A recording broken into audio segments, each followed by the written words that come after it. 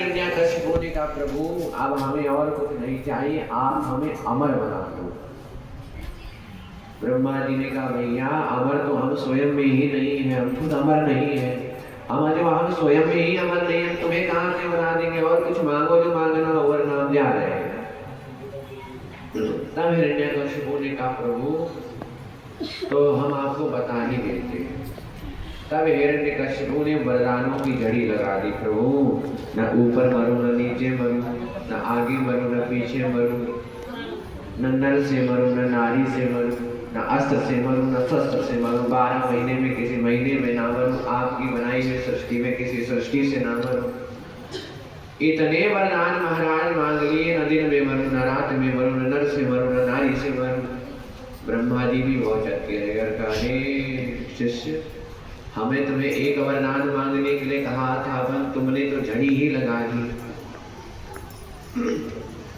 तुम्हारे वरदान तो कठिन है, पर तुम्हारे जैसा भक्त होना भी बड़ा कठिन है।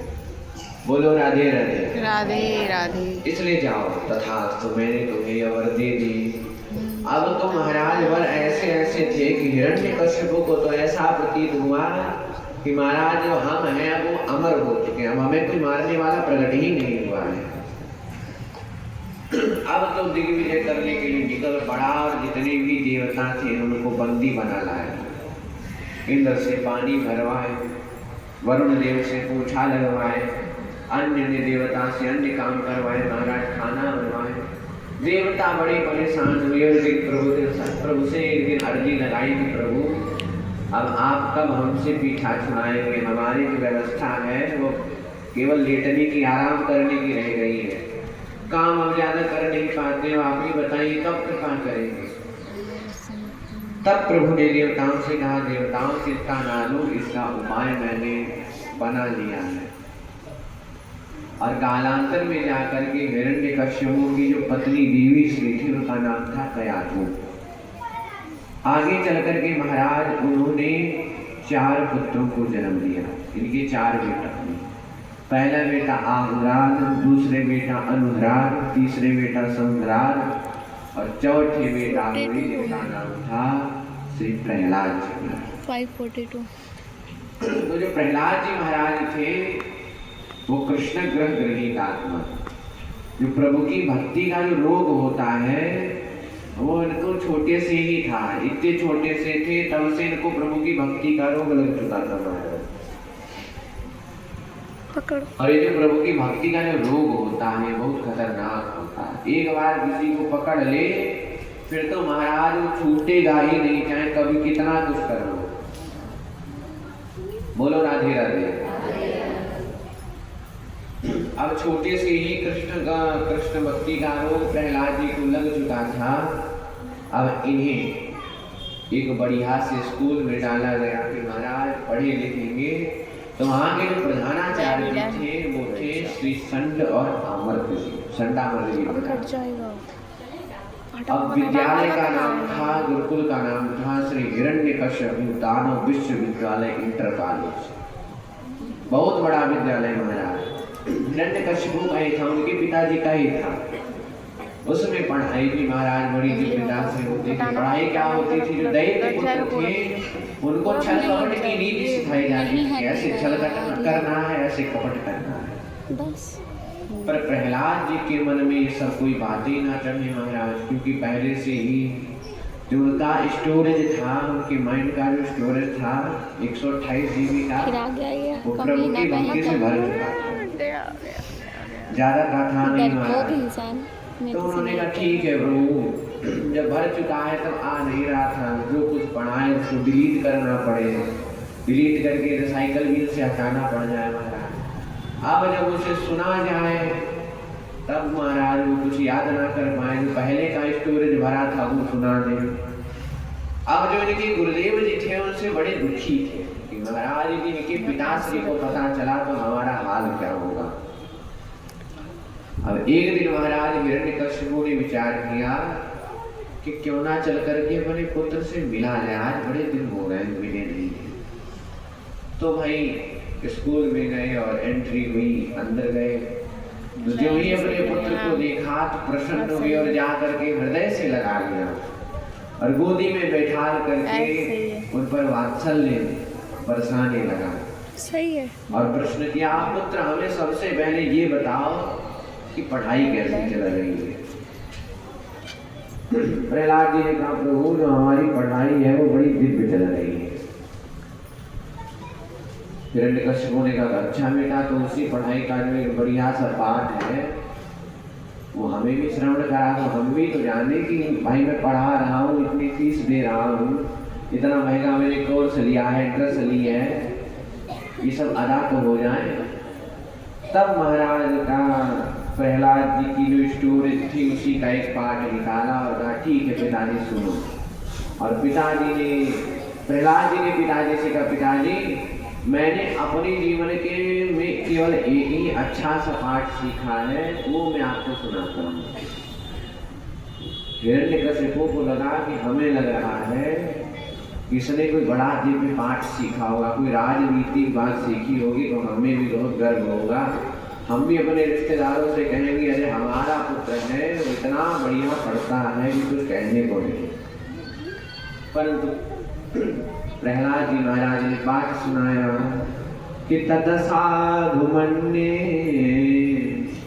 सुरवर्य देहिना सदा समुद्य निगृदा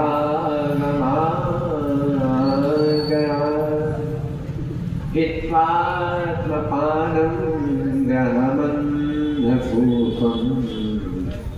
वनं गतो यरिमाश्रयेत। बोलो राधे राधे।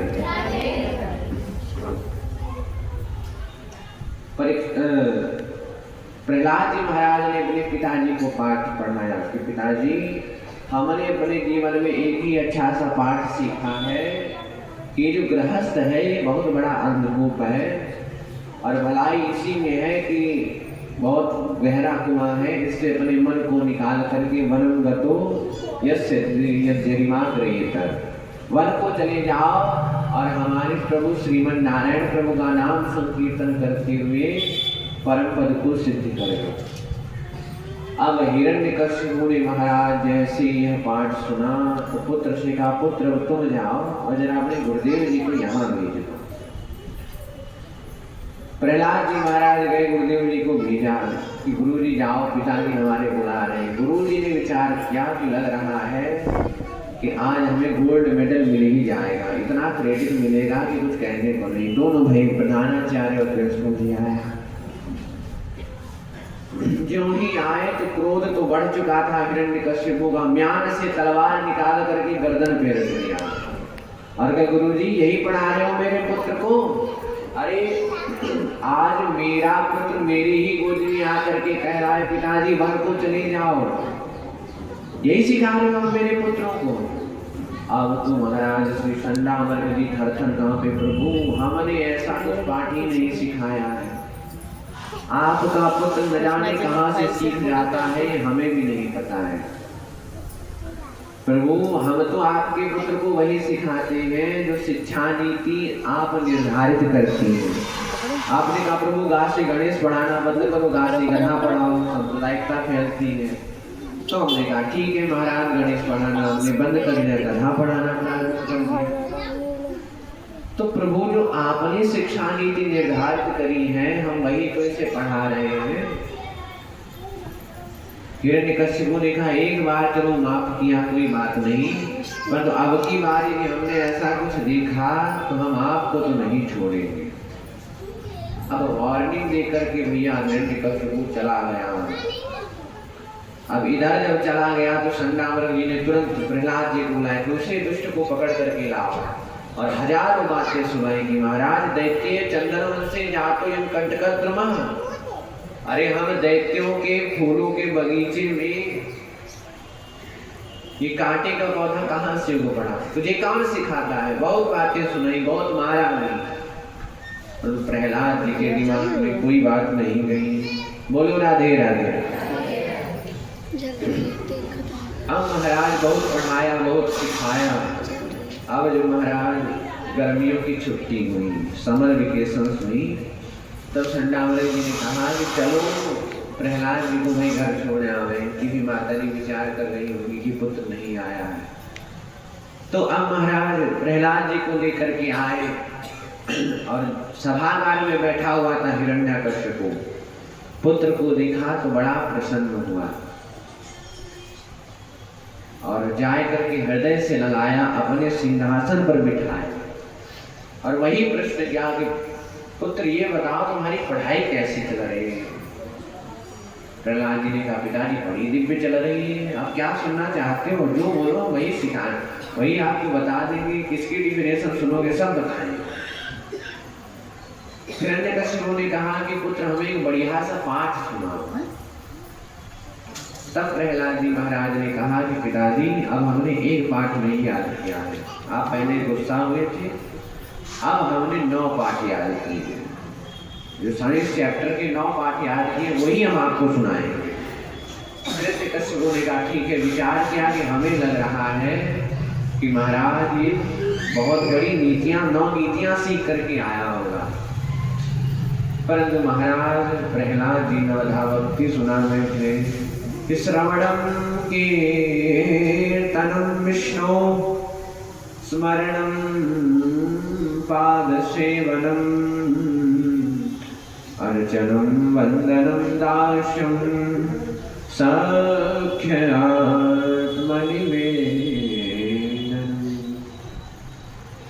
हिरण्यकश्यप ने जैसे सुना तो क्रोध का टेम्परेचर फिर से ब्लड प्रेशर हाई हुआ। महाराज पुत्र को उठा करके पटक दिया दूर और कहा गुरुदेव को बुलाओ। जैसे आए उठा करके तलवार रख दी, गिरा दिया उनको और कहा आज हम भले ही मर जाएं पर तुम्हें नहीं छोड़ेंगे। अरे हमने एक बार तुम्हें माफ कर दिया था, अब अबकी बार कदाचित हम माफ ही नहीं करेंगे, चाहे कुछ हो जाए। संडामर्गनी थर-थर कांपे, हाथ जोड़े, पैर पड़े, प्रभु हमने ऐसा कुछ नहीं सिखाया है आपके पुत्र को। अरे ये कहाँ से सीख जाता है, हमें खुद ही नहीं बताते, गंगा मैया की कसम खा दे। अब तो महाराज पहले की कसम कसम होती थी, अब तो कसम व्यवहारिक प्रयोग में होने लगी। हम कसम खाते हैं, हमने कार्य किया भैया, बोलो राधे राधे। संडामर्गी ने कहा प्रभु यदि आप मेरी बात ना माने तो आप अपने पुत्र से ही पूछ लीजिए। तब उन्होंने कहा ठीक है, पुत्र को बुलाया। पुत्र प्रहलाद अब तुम ही बताओ कि ये सब तुमको किसने सिखाया है, हमें तो बताओ। प्रहलाद जी ने कहा प्रभु जो हमारे प्रभु का भक्त हो जाता है उसे कोई सिखाता नहीं, वो अपने आप ही सब सीख जाता है। कि नमत प्रणीतम न पर प्रणीतम स्वतो वदश्य सतवेन्द्र शत्रु, उसे कोई पढ़ाने वाला प्रकट ही नहीं हुआ है। बोलो राधे राधे। इसलिए प्रभु हम तो कहते हैं आप भी हमारे प्रभु की भक्ति करके देखिए, आपको भी कोई पढ़ाई लिखाएगा नहीं, आप अपने आप ही सब पढ़ लिख करके विद्वान हो जाओगे। अब तो जब ज्यादा ही क्रोध प्रकट हुआ तब अपने शिष्यों से चेलाओं से कहा कि जाओ मेरे पुत्र को मृत्यु के मुख में डाल दो। दैत्य प्रहलाद जी को उठा करके ले गए, पहाड़ से गिराया, विस्फान कराया, सर्पों से कटाया, भोजन नहीं दिया, पानी में डुबाया, सब कुछ कराया, तब घबराया। तब होलिका देवी आई, हिरण्यकश्यप की भगिनी, कहा प्रभु एक मौका हमें दीजिए, वो भी नहीं कुछ कर पाई। तब संडामर्गी ने पुनः कहा आएगा निवेदन क्या प्रभु, अब इतना छोटा सा बालक है, काहे आप वहाँ पर प्रेशर डाल रहे हो। अरे जब पढ़ना होगा तो वह खुद ही पढ़ जाएगा, पढ़ लिख करके खुद ही महाराज वो आगे बढ़ जाएगा, इसलिए महाराज आप चिंता न लो। उन्होंने कहा ठीक है प्रभु, तुम कहते तो कोई टेंशन नहीं, ले जाओ, एक मौका और दिया, जस्ट ट्राई, एक बार ट्राई कर लो। फिर महाराज पढ़ाया लिखाया, बहुत सिखाया। और जब प्रहलाद जी महाराज नहीं माने तब उठाए करके उन्हें कमरे में बंद कर दिया और कहा तुम इसी में रहो, चाहे मर जाओ, हम बाहर नहीं निकालेंगे। अब एक दिन महाराज क्या हुआ, संडामर्गी ने विचार किया कि प्रभु क्यों ना थोड़ा मार्केट टहलाया जाए, और हमने सुना है कि बहुत अच्छी दुकान लगी है, उसमें जो मोमोज है वो पनीर वाले मोमोज बड़ी फेमस है, तो क्यों ना एक बार ट्राई कराया जाए, बहुत दिन से खाने को मन कर रहा है। अमर जी ने कहा ठीक है प्रभु चले। अब तो महाराज दोनों लोग गए और वहां पर व्यवस्था का निरीक्षण करने लग गए कि इधर प्रहलाद जी को मौका मिल गया। जो ही मौका मिला तो अपने कुछ गुरु शिष्यों को, गुरु भ्राताओं को बुलाया और कहा मित्र आज हम आप तुम्हें एक दिव्य खेल बताते हैं, उस खेल को खेलोगे तो इतना आनंद आएगा कि महाराज कुछ कहो ही मत। बोले ठीक है भैया खिलाओ। अब तो ऐसा दिव्य उपदेश दिया श्री प्रहलाद जी महाराज ने कि धीरे धीरे महाराज वो उपदेश संकीर्तन में बदल गया। सभी लोग महाराज झूम झूम करके संकीर्तन करने लग गए, नाचने लग गए। इधर महाराज खा पी के जब आए चंडामर्ग जी, उन्होंने जब देखा गुरुकुल के बाहर से ये अंदर तो भयंकर संकीर्तन चल रहा है, कृष्ण भक्ति का जो रोग है वो फैल चुका है। और ये जो रोग है महाराज ये कोरोना के जैसा है, हम भी जाएंगे, हमें भी ग्रसित हो जाएंगे। इसलिए हम पहले अपने प्रभु के ही पास पहुंचते हैं। दौड़ते हुए चंडामर्ग जी हिरण्याकश्यपु के पास गए और जाए करके कहा कि प्रभु अब आप हमें न बताइए, हमें छूना भी मत, अब आप ही देखिए चल के आपका पुत्र कर क्या रहा है। बोले ठीक है प्रभु चलो। हिरण्यकश्यपु जैसे ही गुरुकुल में पहुंचा कि क्या देखा कि दिव्य भव्य नाम संकीर्तन चल रहा था। जो पहुंच करके एक अट्टहास किया तो संकीर्तन सन्नाटे में परिवर्तित हो गया। सारे जो उसके मित्र थे कोई ठुमका लगा रहा था तो उसका हाथ कमर पर ही रह गया, वहीं पर जाम हो गया महाराज। अब हिरण्यकश्यपु का जब क्रोध बढ़ा तब उसने प्रहलाद जी को अपशब्द कहना प्रारंभ किया कि हे द्रोणीत कुल मंदातम वेदी नरादम प्रहलाद, तुमने हमारे कुल का नाम मिट्टी में मिला दिया। क्या बोल रही थी? अरे जिनका हम सपने में भी नाम नहीं लेते थे उनका तो नाम ले रहे हो। बहुत किया और क्रोध से बोला जब तुम इतने ही अपने प्रभु के बल पर खुदकते हो, कूद रहे हो, इतना ही तो विश्वास है, तो ये बताओ तुम्हारा प्रभु है कौन और है कौन, ये भी तो बताओ। तब प्रहलाद जी ने कहा कि पिताश्री कि न केवलम में भवतस्य राजन सवै बलम बलिनाम चा परेशान। ब्रह्मा जी ने आपको वरदान दिया है ना, आप ब्रह्मा जी के दम पर कूद रहे हो, और जो हमारे प्रभु हैं उन्होंने ब्रह्मा जी को प्रकट किया है, उनके पिताश्री हैं वो, एक प्रकार से समझिए महाराज। अब तो और क्रोध आ गया। हिरण्याकश्यपु ने कहा प्रभु हमें ब्रह्मा जी के वरदानों ने अमृत को प्रदान किया है और तुमने न जाने किस पर हमें चुनौती दी है, बताओ तुम्हारा प्रभु कहाँ है। क्या? प्रहलाद जी ने कहा कि पिताश्री में हमारा प्रभु है ना, वो ईशावास्य मिदम सर्वम, कण कण में हमारे ही प्रभु है, और आप हो क्या। अब तो और क्रोध आया। हिरण्यकश्यपु क्रोध से बोला यदि कि क्वासव यदि सर्वत्र तो कस्मात् स्तंभे न दृश्यते। महाराज यदि तुम्हारा प्रभु सर्वत्र है तो मुझे इस खंबे में क्यों नहीं दिखाई पड़ रहा है। प्रहलाद जी ने प्रेम से कहा पिताश्री पर मया तो दृश्यते, मुझे तो दिखाई पड़ रहा है।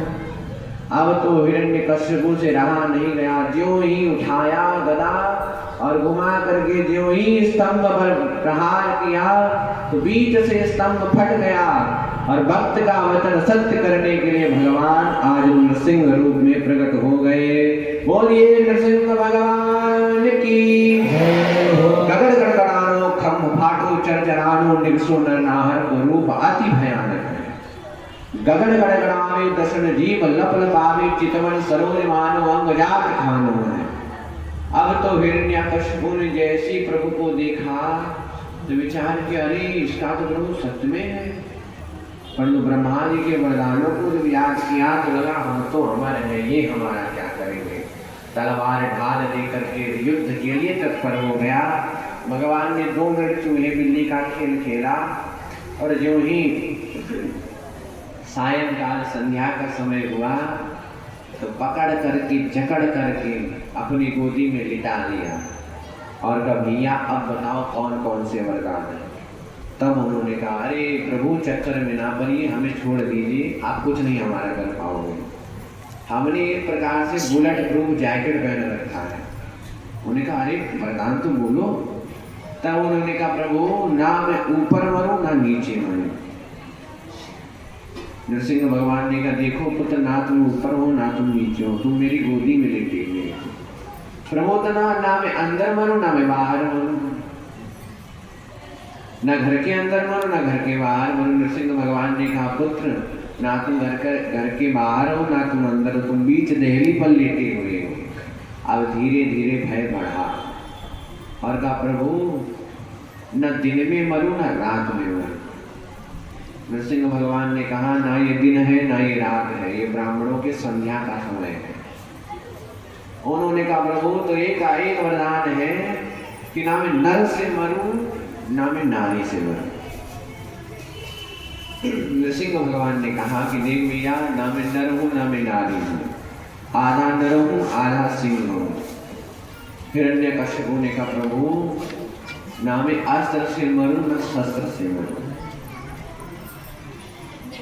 नरसिंह भगवान ने कहा कि भैया, ना मैंने कोई अस्त्र लिया है ना शस्त्र लिया है, ये जो हमने बड़े बड़े नाखून रखे हैं ये हमने ट्रेंडिंग की वजह से नहीं रखे हैं, तो मैंने तुम्हारे लिए ही बड़े किए हैं।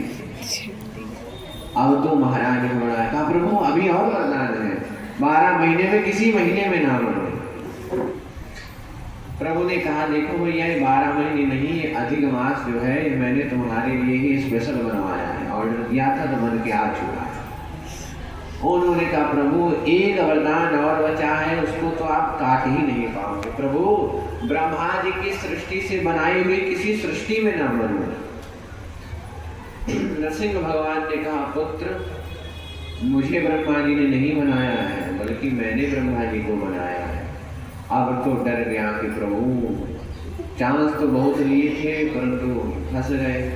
अब तो प्रभु का क्रोध बढ़ा और अपने बड़े बड़े नाखूनों से उनके उदर में डाल करके अंदर घुसेड़ करके महाराज जो उनकी आंतें थी उनको निकाल लिया हिरण्यकश्यप की, और आंतों को निकाल करके धारण कर लिया। बोलिए नरसिंह भगवान की, कृष्ण कन्हैया लाल की, राधा रानी सरकार की जय जय श्री राम। अब महाराज प्रभु भी आ चुके हैं। प्रभु मन में विचार कर रहे होंगे, पंडित जी जल्दी जल्दी कथा करना, हमारा भी काम हो, हमें दूसरी जगह भी जाना है। बोलो राधे राधे राधे राधे। अब तो महाराज अत्यधिक प्रेम उमड़ा और नरसिंह भगवान ने क्या किया कि पुत्र को, कि प्रहलाद जी को पकड़ करके गोदी में बिठा लिया और कहा, पुत्र मुझे आने में देर हो गई, इसलिए मुझे माफ करना। जो नरसिंह भगवान है वो प्रहलाद जी के तन का जब स्पर्श करते हैं तो उनका तन इतना कोमल है, इतना कोमल है कि जब वो छूते हैं तो रुई से भी कोमल है। उन्होंने कहा, प्रभु इतना यदि आपका कोमल तन था, न जाने दुष्ट दैत्यों ने न जाने कितने इन पर अत्याचार किए, इसलिए प्रभु मैं माफी करना, मुझे माफ करना। प्रहलाद जी ने कहा, नहीं प्रभु आप ऐसा ना करिए, आप मेरे प्रभु, आपने मेरा वचन सत्य किया है। गदगद हो गए, उठा करके सीधे राज सिंहासन पर बिठा दिया और कहा, प्रभु अभी कुछ देर में महाराज हम लोग कृष्ण जन्म भी मनाएंगे, इसलिए सावधानी से कथा श्रवण करिएगा, ज्यादा जल्दीबाजी मत करिएगा। बोलो राधे राधे। सिंहासन पर बिठा दिया और जब प्रभु जाने लगे, अंतर ध्यान होने लगे, तब प्रहलाद जी ने प्रभु से कहा, प्रभु यदि आपने हमें एक वरदान दिया ही है तो हम भी आपको एक वरदान देना चाहते हैं, या हमें एक और आप वरदान दे दीजिए। प्रभु आपने कहा था, आपने हमें वरदान तो दिया है, परंतु हमारी एक बात है कि बुरे भले जैसे थे हमारे पिताजी थे, उन्होंने हमें जन्म दिया है, कभी चाहे कभी उन्होंने हमको एक कौर ना खिलाया हो, परंतु फिर भी वो मेरे पिताजी हैं। अभी नासई पुत्र जब मैं छोटा था तब तो उन्होंने अपना पुत्र मुझे माना ही होगा, तब तो कभी ना कभी मुझे डेयरी मिल्क खिलाई होगी। इसलिए प्रभु मैं चाहता हूँ कि जो मेरे पिताश्री हैं ये भी परम पद को प्राप्त होने चाहिए। प्रभु ने प्रहलाद जी से कहा, पुत्र तुम्हारे जैसा पुत्र यदि किसी कुल में जन्म ले तो उस कुल का नहीं बल्कि पूरे कुटुंब का ही तार तर हो जाता है। जिसके कुटुंब पूरे उसके कुटुंब का परम धन्य हो जाता है उसका कुटुंब, जिस कुटुंब में तुम्हारे जैसे पुत्र का जन्म हो। बोलिए भक्तवत्सल भगवान की। प्रहलाद जी ने कहा कि प्रभु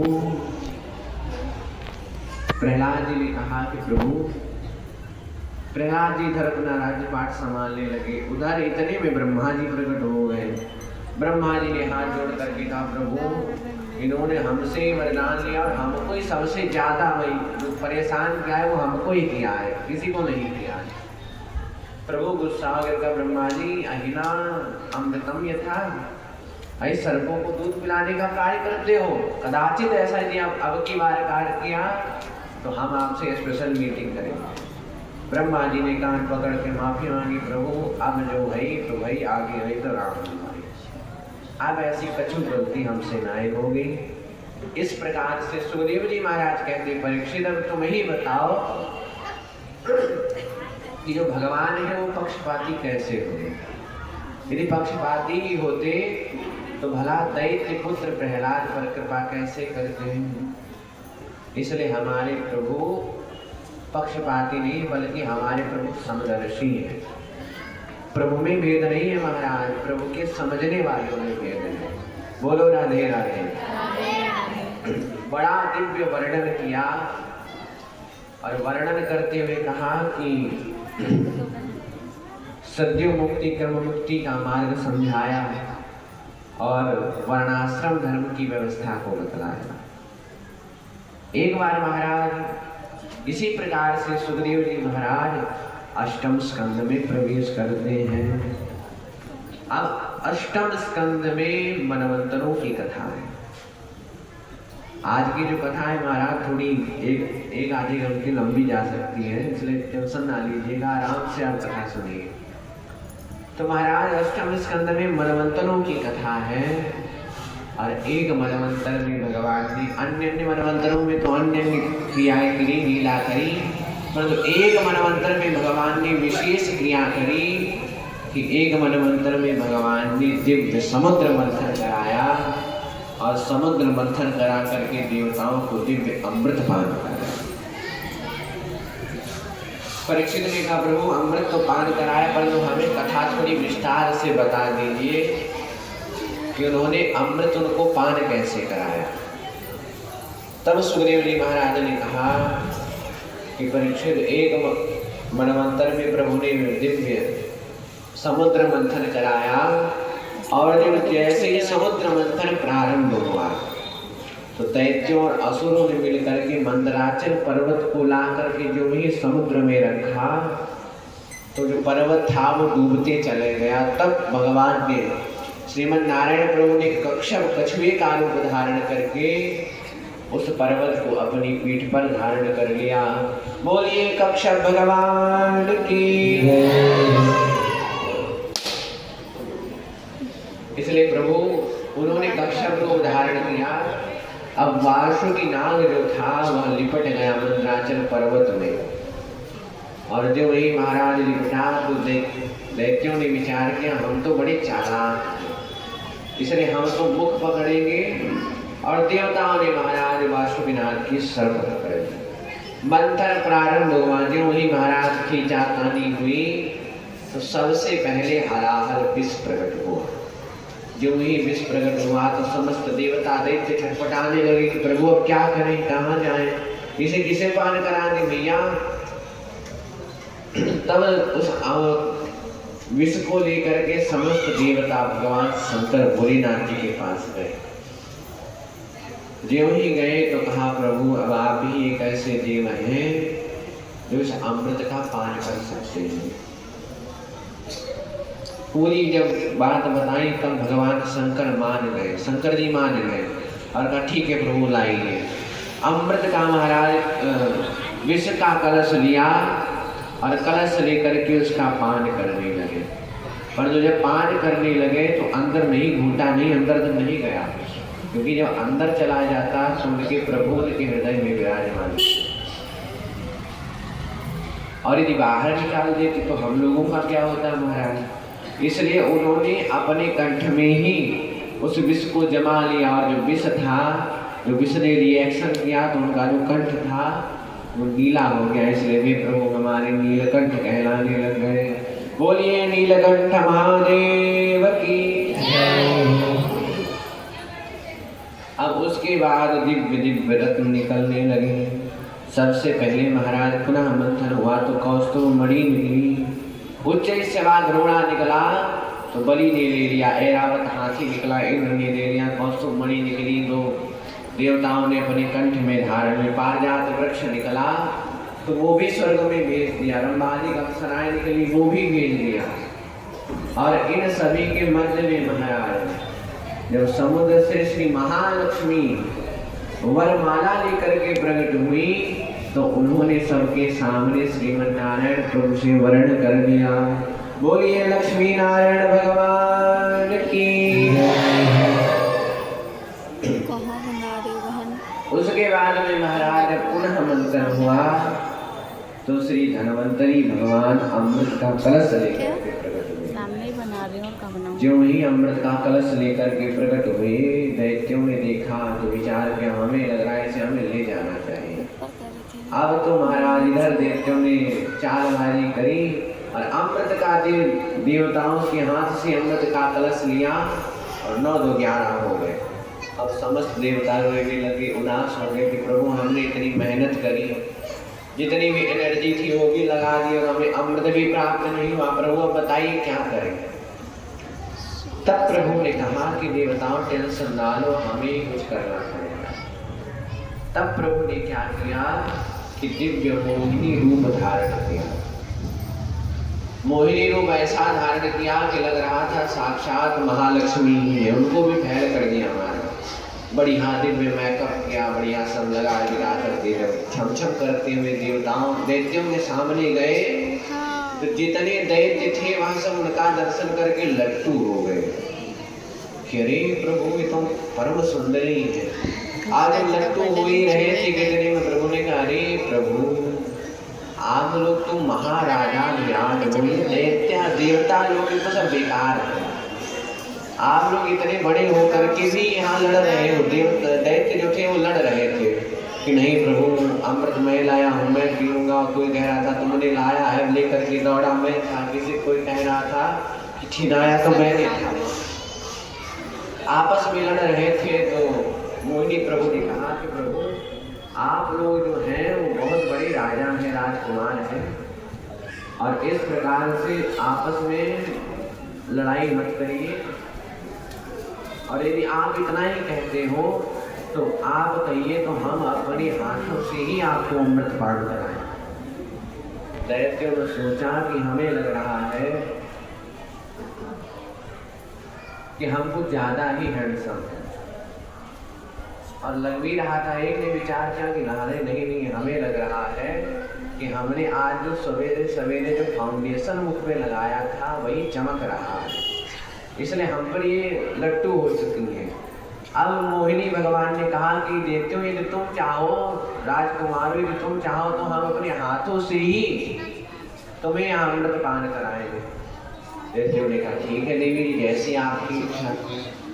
अब तो महाराज सामने सब दैत्य बैठ गए एक लाइन से। इतने में महाराज देवता भी आए। मोहिनी भगवान ने दैत्यों से कहा कि अरे राजकुमारों ये जो तुच्छ देवता है ना ये तो ऐसे ही है, और ये आपके ही है, आधारित आप ही जग के ब्रह्मा हो, तो इन पर ही कृपा करिए। मैं तो कहती हूँ कि महाराज मैं हाथ लगाए थे जो ऊपर ऊपर का जो पानी पानी है वो हम इन दैत्यों देवताओं को पिला देते हैं, और जो नीचे का जो गाढ़ा गाढ़ा मटेरियल है वो हम आपको पिलाएंगे। देखिए महाराज, यदि कोई चीज किसी चीज से लेना हो आपको, किसी से आपको कोई चीज लेना हो तो उसकी प्रशंसा कर दीजिए कि अरे मित्र तुम तो पढ़ने में इतने आगे हो, हम कहाँ कोई कॉपी कंप्लीट कर पाते हैं, तुम इतने आगे हो, तुम्हारे घर में व्यवस्था है, हर चीज है। अब जब वो प्रसन्न हो जाएगा तो कुछ मांग लोगे तुरंत दे देगा। ठीक है मित्र तुम कह रहे हो तो हम देते हैं। बोलो राधे राधे। आइए हम सभी लोग मिलकर के 2 मिनट संकीर्तन करें, तत्परांत पुनः भागवती में प्रवेश करेंगे। और जय जय श्री कृष्ण गोविंद हरे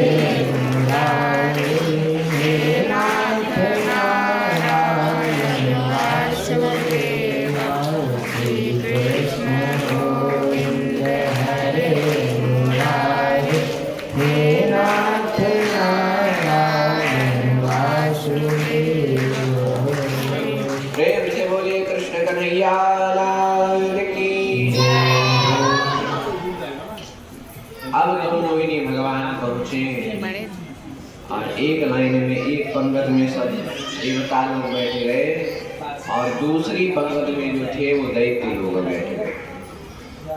अब महाराज प्रभु ने अमृत पिलाना प्रारंभ किया तो उनसे कहा था कि महाराज अमृत हम पहले देवताओं को पिलाएंगे पर पानी पानी। तो देवताओं को अमृत पान कराने लग गए। कितने में एक स्वरभानु नाम का जो दैत्य था वो बड़ा चालाक था। उसने विचार किया कि कुछ गड़बड़ तो हो रही है।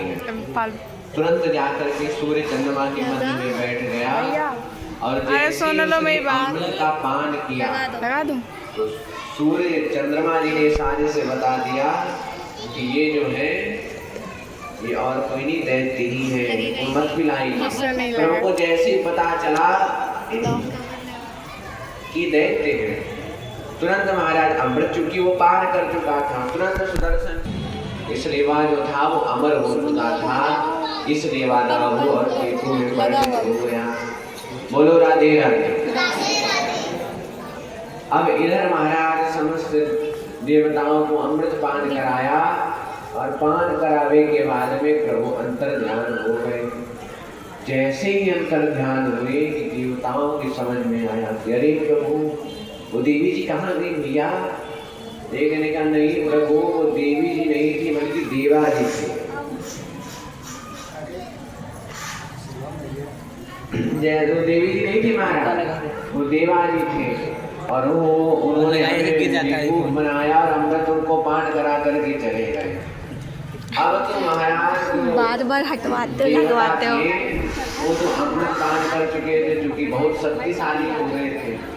अब दैत्यों को भी आया क्रोध और तत् देवासुर भयंकर देवासुर संग्राम छिड़ गया। अब देवता अमृत पान कर चुके थे क्योंकि वो अमर थे इसलिए समस्त दैत्य मारे गए। परंतु जो दैत्य गुरु हैं श्री शुक्राचार्य जी महाराज उन्होंने संजीवनी विद्या जितने भी दैत्य लोग थे उनको पुनर्जीवित किया और जीवित करने के बाद में तब मुझे रोकना था कवर गुरुदेव जी आप साक्षात हमारे लिए भगवान बने। आपने हमें क्या लगे नौटंकी चल रही है। इसलिए अब ये बताइए कट गया हम देवताओं पर विजय श्री कैसे प्राप्त कर सकेंगे। तब शुक्राचार्य जी ने कहा उसको सही करो उनके उधर जो है वो साक्षात नारायण है। हाँ पर टेंशन ना लेना हम तुम्हारे उधर हम गुरुदेव हैं। इसलिए हम कहते हैं कि संतों को अपनी ओर कर लो। संतों का भी आशीर्वाद रहा, संतों का आशीर्वाद तुम्हें लग गया। फिर यहाँ बढ़िया बढ़िया व्यवस्था कराई, दिव्य भंडारे कराए, सारी व्यवस्था हुई। संत प्रमुदित हुए और प्रसन्न होकर के वरदान दिया। और वरदान कुछ ऐसा वैसा नहीं, वरदान के रूप में तेजों में रथ बना करके निर्माण करके दिया और कहा दैत्याधिपति इस रथ को लेकर के तुम इंद्र के भी सामने चले जाओगे फिर भी वो तुम्हारे सामने टिक नहीं पाएंगे। अब तो प्रसन्न हो गया दैत्याधिपति और निकल पड़ा रथ को लेकर के। जो ही स्वर्ग पर आक्रमण बोला तो आक्रमण बोलते ही महाराज जो देवता थे वो भागने लगे और भागते भागते अपने गुरुदेव बृहस्पति जी के चरणों में आकर के गिरे और कहा प्रभु बताइए हम क्या करें। उनकी ओर तो तेजो में रथ है, हमें लग रहा है साक्षात सूर्य नारायण ही आ रहे हैं। तब बृहस्पति जी ने कहा कि देवताओं टेंशन ना लो, अभी यहाँ से तुम भाग जाओ, क्योंकि संतों का जो आशीर्वाद है वह बलि के पीछे है, उसे कोई परास्त नहीं कर सकता महाराज, इसलिए तुम ही लोग पीछे हट जाओ। अब तो महाराज देवता लोग सब भाग गए और दैत्यराज बलि ने अपना जो आधिपत्य है वो स्वर्ग पर स्थापित कर दिया। जो ही महाराज स्थापित किया तो उनके जो गुरु थे श्री शुक्राचार्य जी महाराज दैत्य गुरु, उन्होंने कहा पुत्र तुमने जो है उसमें आधिपत्य तो स्थापित कर लिया है, पर जो जल्दी से 100 यज्ञ भी पूर्ण करो, क्योंकि इंद्र के आसन पर बैठता वही है जो सतत ऋतु बन जाता है। अब तो महाराज नर्मदा की नदी के तट पर एक के बाद एक यज्ञ प्रारंभ हो गए। बड़े बड़े जब यज्ञ करने लग गए तब धीरे धीरे सतकृतु होने का प्रोसेस चलने लगा महाराज। उधर जब देव माता अदिति बेचारी दुखी हुई कि जो मेरे पुत्र हैं वो दर दर भटक रहे हैं, तब कश्यप जी महाराज ने उन्हें एक व्रत बतलाया कि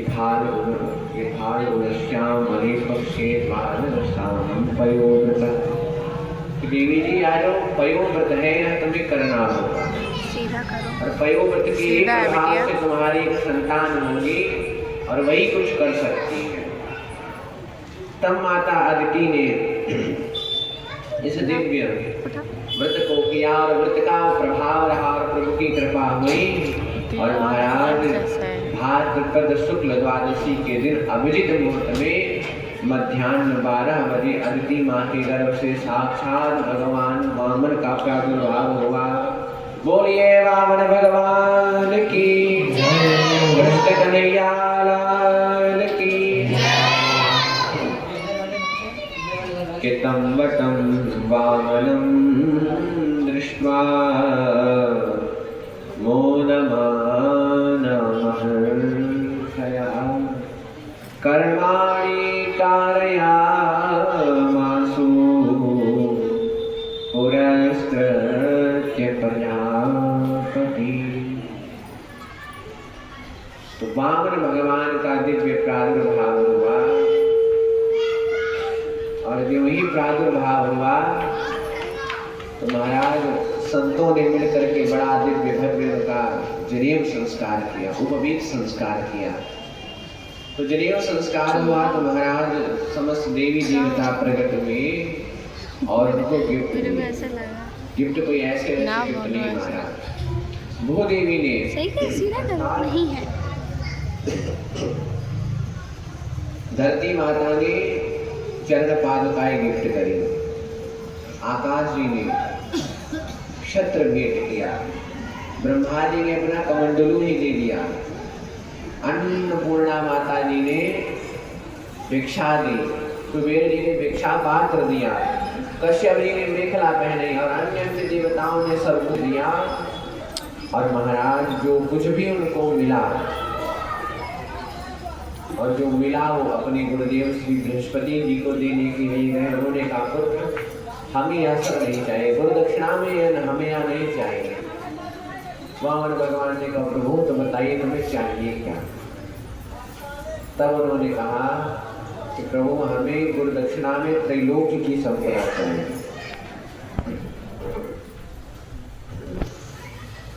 हमें त्रैलोक्य की संपदा चाहिए महाराज। उन्होंने कहा प्रभु ये त्रैलोक्य की संपदा हम कहाँ से ला करके देंगे। तब उन्होंने कहा कि नर्मदा के तट पर जो बलि है वो बड़े बड़े यज्ञ कर रहा है, उसी से जाकर के मांगो।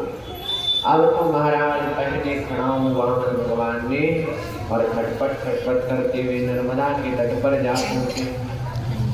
ज्यों ही पहुंचे तो दैत्यराज बलि ने जो देखा कि कोई भी छोटा सा संत आ रहा है, बाल संत, तो वो तो संतों का ही भक्त था महाराज।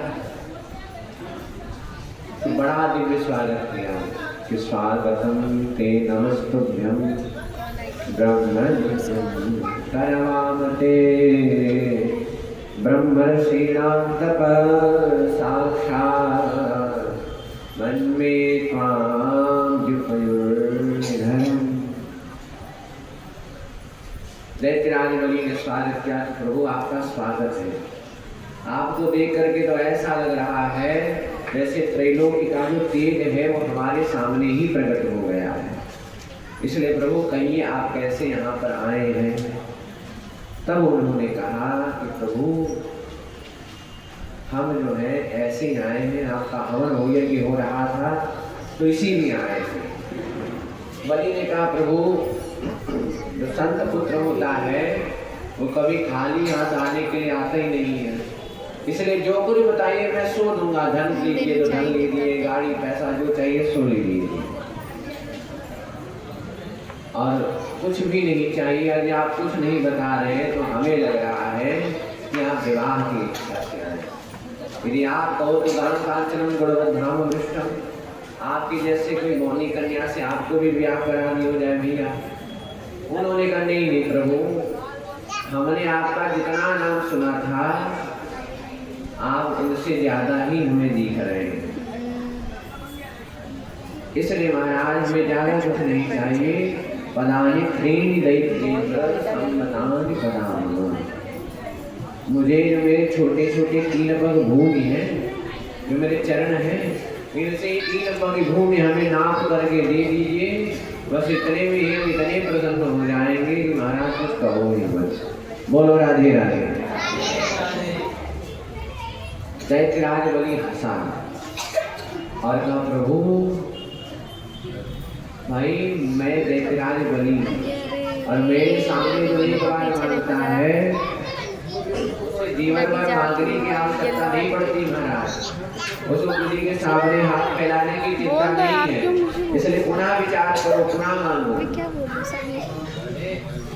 तब वामन भगवान ने कहा बोलो राधे राधे। एक महाराज व्यास मुझसे अनुरोध है कृपया शांति बनाए रखें। जब सावधानी से आप कथा श्रवण करोगे तो सुनाने भी आनंद आएगा, सुनने में भी आनंद आएगा। बोलो राधे राधे। तो महाराज इसलिए महाराज पुनः विचार कीजिए और पुनः मांगिए, आपको जो चाहिए सो हम देंगे। तब वामन भगवान ने कहा कि नहीं प्रभु, एतावतैव जिज्ञासुम एतावतैव सिद्धो हम वित्तम यावत्। हमने जितना आपसे मांगा है आप हमें बस उतना दीजिए, ना हमें ज्यादा चाहिए ना आप हमें ज्यादा दे पाएंगे, ये भी हमें पता है। बलि ने कहा ठीक है प्रभु, हमने संत तो बहुत देखे परंतु आप जैसा संत अपने अपने जीवन में नहीं देखा, इसलिए जो भी भूमि आपको बढ़िया लगे वहीं से अपनी 3 चरण भूमि नाप लीजिए। अब महाराज ये वार्तालाप को जब दैत्य गुरु शुक्राचार्य जी ने देखा सुना तब विचार किया महाराज ये देखने में तो बहुत छोटे से 52 अंगुल के लग रहे हैं, पर महाराज इनकी जो बातें हैं बहुत बड़ी बड़ी, आखिर विचार तो करो ये है कौन। जैसे ही महाराज ध्यान लगाया तो प्रभु की छवि मन में आ गई और संकल्प लेने जा ही रहे थे, क्योंकि वामन भगवान ने कहा था देखिए महाराज दान चाहे 1 रुपये का हो चाहे 1 लाख का हो, संकल्प तो लेना ही पड़ता है, इसलिए संकल्पित कार्य हम करवाते भी हैं। संकल्प लीजिए आप। संकल्प लेने जा ही रहे थे कि तुरंत शुक्राचार्य जी ने हाथ पकड़ा और कहा बलि सावधान हो जाओ, तुम जानते नहीं हो ये कौन है। उन्होंने कहा प्रभु कौन है बताइए। तब शुक्राचार्य जी ने कहा कि ऐसा विरोचने साक्षात भगवान पुरुष गया कश्यपादितिर्जातो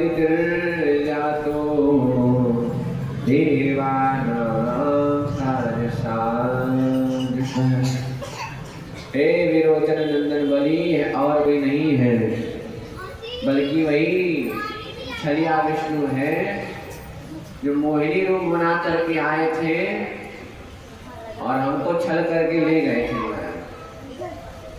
बोलो राधे राधे। और वही जो है छलिया विष्णु ये वामन रूप धारण करके आए, इसलिए मना कर दो और बलि मैं तो कहता हूँ ऐसे दान का कोई महत्व नहीं होता है कि स्वयं दान करो खुद ही भिखमंगे बन जाओ, इसलिए मना करो भी नहीं अभी किया। रहने दो। बलि ने कहा गुरुदेव आपने ही सिखाया है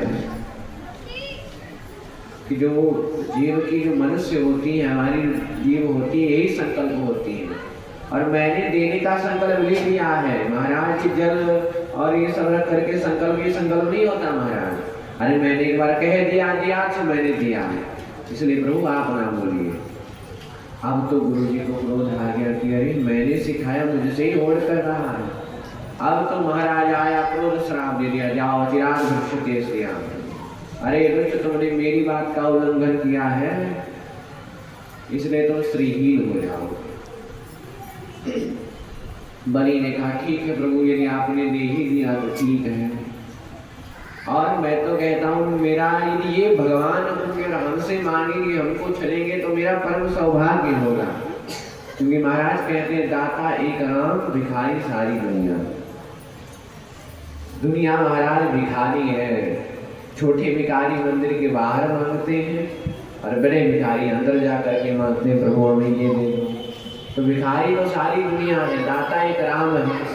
और यदि वो हमसे कुछ चाहेंगे तो मेरा तो परम सौभाग्य होगा। अब तो महाराज राम भगवान ने कहा देखिए प्रभु, गुरु चेला में खटपट ना कीजिए, देना है तो दीजिए, वरना हमें संध्या का समय हो रहा है, हम चले जाएंगे। बलि ने कहा नहीं प्रभु आप संकल्प लीजिए, हम देने का मैंने विचार किया है तो मैं संकल्प लूंगा। हमने कहा ठीक है दिलाओ संकल्प। जो ही महाराज जल का पात्र उठाया तो भागवत जी में तो नहीं आता है, पर तो पुराणांतर में प्रसंग आता है कि जो दैत्य गुरु शुक्राचार्य जी थे वह उस पात्र की नली में जा करके बैठ गए, अवरुद्ध कर दिया, बंद कर दिया कि जब जल ही नहीं आएगा तो संकल्प कहाँ से होगा। अब तो बैठ गए तो जो ही संकल्प जल लेना चाहा तो जल आया ही नहीं। प्रभु समझ गए कि गुरु जी गड़बड़ कर रहे हैं, तुरंत अपने आसन से पैनी कुशा को निकाला और निकाल करके जो ही उस छिद्र में फेंक करके मारा तो गुरुदेव की एक आंख गोविंदा ये नमो नमः। गुरु जी भागते हुए नजर आए कि अरे प्रभु कोई ले रहा है, कोई दे रहा है, हमने अपनी आँख ही ऐसे ही गंवाएंगे। जो ही महाराज जल हाथ में आया प्रभु ने बड़ा लंबा चौड़ा संकल्प किया। जैसे महाराज ब्राह्मणों का जो पर्व होता है, हम लोग श्रावणी मनाते हैं, तो जब श्रावणी मनाते हैं तो घंटों तक संकल्प ही पढ़ते रहते हैं, परेशान हो जाते हैं संकल्प पढ़ते पढ़ते। तो श्रावणी जैसा बड़ा लंबा चौड़ा संकल्प लिया और जो ही संकल्प पूर्ण हुआ जल को छोड़ा कि हम करिष्ये, वह ब्राह्मण द्वारा कार्यष्ये। इतना महाराज विराट स्वरूप दिखाया वामन भगवान ने कि बड़े भौचक्के रह गए। बोलिए विराट भगवान की, कृष्ण कन्हैया लाल की। विराट स्वरूप प्रभु ने दिखाया। विराट स्वरूप को देखकर के बलि तो भौचक्के रह गए और कहा अब देखो हमारा नापना कैसे हम गज के हिसाब से नापते हैं। प्रभु ने एक चरण भूमि जो ही एक चरण आगे बढ़ाया तो नीचे के सारे लोग नाप लिया, तल वितल सुतल तलातल महातल सातल पाताल, इसको नाप लिया। पकड़े दूसरा चरण जो ही उठाया तो ऊपर के लोग नाप लिया। अब महाराज एक चरण बचा। प्रभु ने दैत्यराज बलि से कहा कि बलि अब बताओ कि जो तीसरा चरण है ये हम कहाँ रखें। तब दैत्यराज बलि ने हाथ जोड़ करके कहा कि प्रभु अब हम आपसे एक बात पूछना चाहते हैं कि हमें ये बताओ कि दान बड़ा होता है या दानी बड़ा होता है।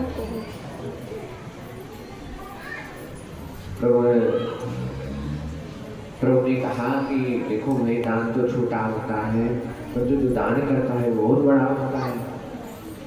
तब दैत्यराज बलि ने हाथ जोड़ करके कहा प्रभु इसलिए तृतीय ये जो आपका तीसरा चरण है ये आप हमारे ऊपर रख दीजिए और मुझ दानी को भी नाप लीजिए। प्रभु प्रसन्न हो गए और प्रसन्न होकर के महाराज बोलो राधे राधे। हमारे ठाकुर जी भी महाराज बैठे बैठे बोर हो रहे हैं, कह रहे जल्दी से हमारा आए, हम भी अपना रोल प्ले करें और हम भी घर जाएं। बोलो राधे राधे। बलि ने कहा कि प्रभु हम कुंजदानी को भी आप नाप लीजिए, और तब प्रभु ने अपना तीसरा चरण उठा करके जो है वो बलि के सिर पर रख दिया। बोल भक्तवत्सल भगवान की। अब तो महाराज रानी को भी नाप लिया। प्रभु बड़े प्रसन्न हुए और प्रसन्न होकर के कहा कि बलि तुम्हारे जैसे भक्त होना बहुत कठिन है, और इनके जैसे हमारी प्यारी जी होना भी बहुत कठिन है। बोलो राधे राधे। तो महाराज तुम्हारे जैसा भक्त होना बहुत कठिन है, और तुमने हमें प्रसन्न किया है, इसलिए जाओ हम तुम्हें वरदान देते हैं कि तुम आगामी मनवंतर जब आएगा तो उसके तुम राजा बनोगे, और जब तक राजा नहीं बन रहे हो तब तक महाराज सदा सन्निहितम मेरा सत्यमाम दृश्यते। जब तक तुम राजा नहीं बन रहे हो तब तक वैभव सुतन लोक में तुम इंद्र बन करके राज्य करो, और तुम्हारे जो द्वारपाल हैं वो हम बन करके खड़े रहे। ऐसा वरदान दिया प्रभु ने। बोलो भक्तवत्सल भगवान की। दिव्य वर्णन श्री सुग्रीव जी महाराज ने किया, और इसी के साथ नवम स्कंद में प्रवेश करते हैं। अब नवम स्कंद में महाराज 24 अध्याय हैं, जिनमें से महाराज 12 अध्यायों में हमारी सूर्यवंश का वर्णन किया गया है, जिसमें आए हमारे राम जी, और 12 अध्यायों में चंद्रवंश का वर्णन किया गया है, जिसमें आए हमारे श्याम जी। सुग्रीव जी महाराज कहते हैं परीक्षित, यदि मैं सूर्यवंश का वर्णन करने बैठ जाऊं तो न शक्यते विस्तरतम वक्तुम वर्ष शतैरपि। सीधे 100 वर्षों में भी मैं पूर्ण नहीं कर पाऊंगा, अति संक्षेप में इसका श्रवण कर। श्रीमन नारायण प्रभु के नाग कमल से ब्रह्मा जी का जन्म हुआ है, और ब्रह्मा जी के पुत्र हैं मरीच, मरीच के बेटा कश्यप, कश्यप के विवस्वान सूर्य, जिन्हों से ही सूर्यवंश चला, और इन्हीं विवस्वान के पुत्र हुए जिनका नाम था श्राद्ध देव मनु, जिनकी श्रद्धा नामक पत्नी की एक कन्या हुई। राजा ने अपने गुरुदेव जी से कहा कि गुरुदेव हमें कन्या नहीं बल्कि पुत्र चाहिए। तो गुरुदेव ने कहा ठीक है, तुम्हें पुत्र चाहिए तो उस कन्या को ही गुरु जी ने पुत्र बना दिया। ये आजकल तो वैज्ञानिक जो चमत्कार करके हमें दिखा रहे हैं ना, कि हमारे ऋषि महर्षियों ने न जाने कब की कर दी है, और ऐसे ऐसे चमत्कार कर दिए। फोन आ रहा है, उठो, बात नहीं महाराज आजकल के वैज्ञानिक विचार मना कर रही है, मौसी का तो फोन उठा ही नहीं। बाद में महाराज इन्हीं श्राद्ध देव मनु महाराज के 10 पुत्र और 10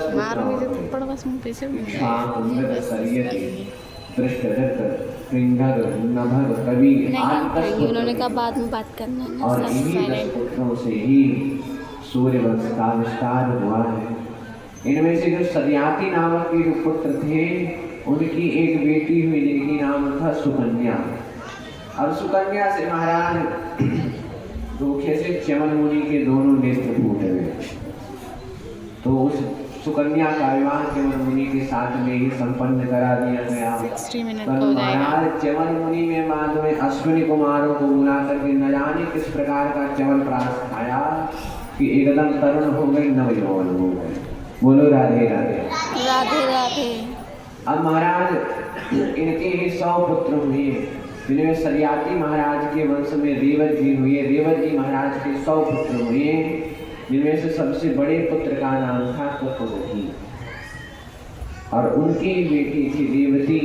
और इन्हीं रेवती जी का विवाह हमारे ठाकुर जी के जो भैया जी थे, 9 भैया थे, उनका विवाह रेवत जी की पुत्री रेवती जी के संग में संपन्न हुआ। सुखदेव जी महाराज कहते मनु महाराज के जो दूसरे पुत्र थे नभग, नभग के पुत्र नाभाग हुए, और नाभा के पुत्र है परम भागवत श्री अम्बरीश जी महाराज के सवै मन कृष्ण पदारविंदयो वाचांसि वैकुंठ गुणानुवर्णने करो हरिर्मन्दिरमार्जनादिषु श्रुतचकार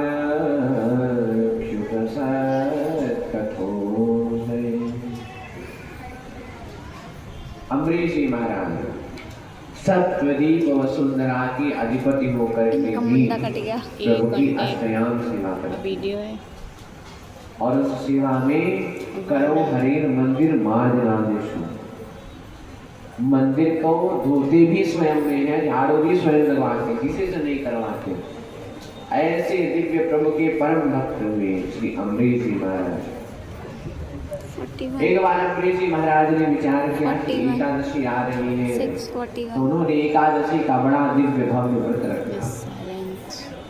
व्रत किया, व्रत से कुशलता पूर्वक पूर्ण हुआ। द्वादशी का क्षय था और व्रत खोलने ही जा रहे थे कि इतने में महाराज जो दुर्वासा मुनि थे वो आ गए। अम्बरीश जी ने कहा कि प्रभु जब आप यहाँ तक आ ही गए हैं तो आइए हमारे संग में फलाहार कीजिए। दुर्वासा मुनि ने कहा प्रभु संध्या का समय हो रहा है, इसलिए जो हम हैं वो हम संध्या करने के लिए जा रहे हैं, संध्या करके जब आएंगे तब आएंगे। बोले ठीक है महाराज, परंतु वो तो कह करके चले गए, ये चक्कर में पड़ गए अम्बरीश जी महाराज कि वो तो कह करके चले गए हैं परंतु हम तो चक्कर में पड़ गए, हमें व्रत भी खोलना है। संतों से पूछा तो उन्होंने राय दी प्रभु आप प्रभु का चरणामृत पी करके व्रत को खोल दीजिए, संत का अपमान भी नहीं होगा, व्रत भी आपका खुल जाएगा। अम्बरीश जी को ये बात सही लगी, ठीक लगी और ज्यों ही प्रभु का चरणामृत पी करके व्रत को खोला कि इतने में दुर्वासा मुनि आ गए। जब ये दुर्वासा मुनि आए तो उन्होंने देखा कि अरे महाराज पहले आपने मुझे निमंत्रण दिया और निमंत्रण देने के बाद में पहले ही पा करके बैठ गए, इसलिए अभी तो मैं मजा चखाता हूँ। अब तो महाराज यो मात थी मायाता मत तिथि ये निमंत्रणा सदस्वा भुक्तवान सस्य सद्य शेर दर्शे। बोलो राधे राधे। तो महाराज तुरंत दुर्वासा मुनि ने एक जटा उखाड़ करके पटक दी तो प्रत्या पैदा हुई। अम्बरीश जी महाराज को जब खाने के लिए दौड़ी तब प्रभु का दिव्य अमोघ सुदर्शन चक्र प्रकट हो गया और प्रत्या को मार करके भस्म किया और दुर्वासा मुनि के पीछे पड़ गए।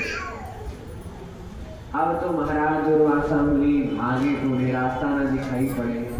प्रभु अब हम जाए तो जाए, कहाँ करें तो करेगा। सबके शरण में गए, ब्रह्मा विष्णु महेश।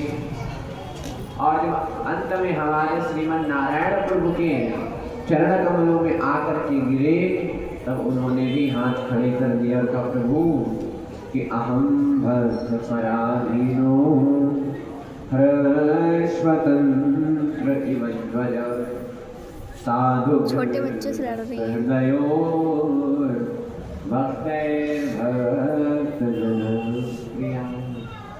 साधवो हृदयं मह्यं साधूनां हृदयं त्वं मदन्यं न जानन्ति नाहं तेभ्यो मनामि।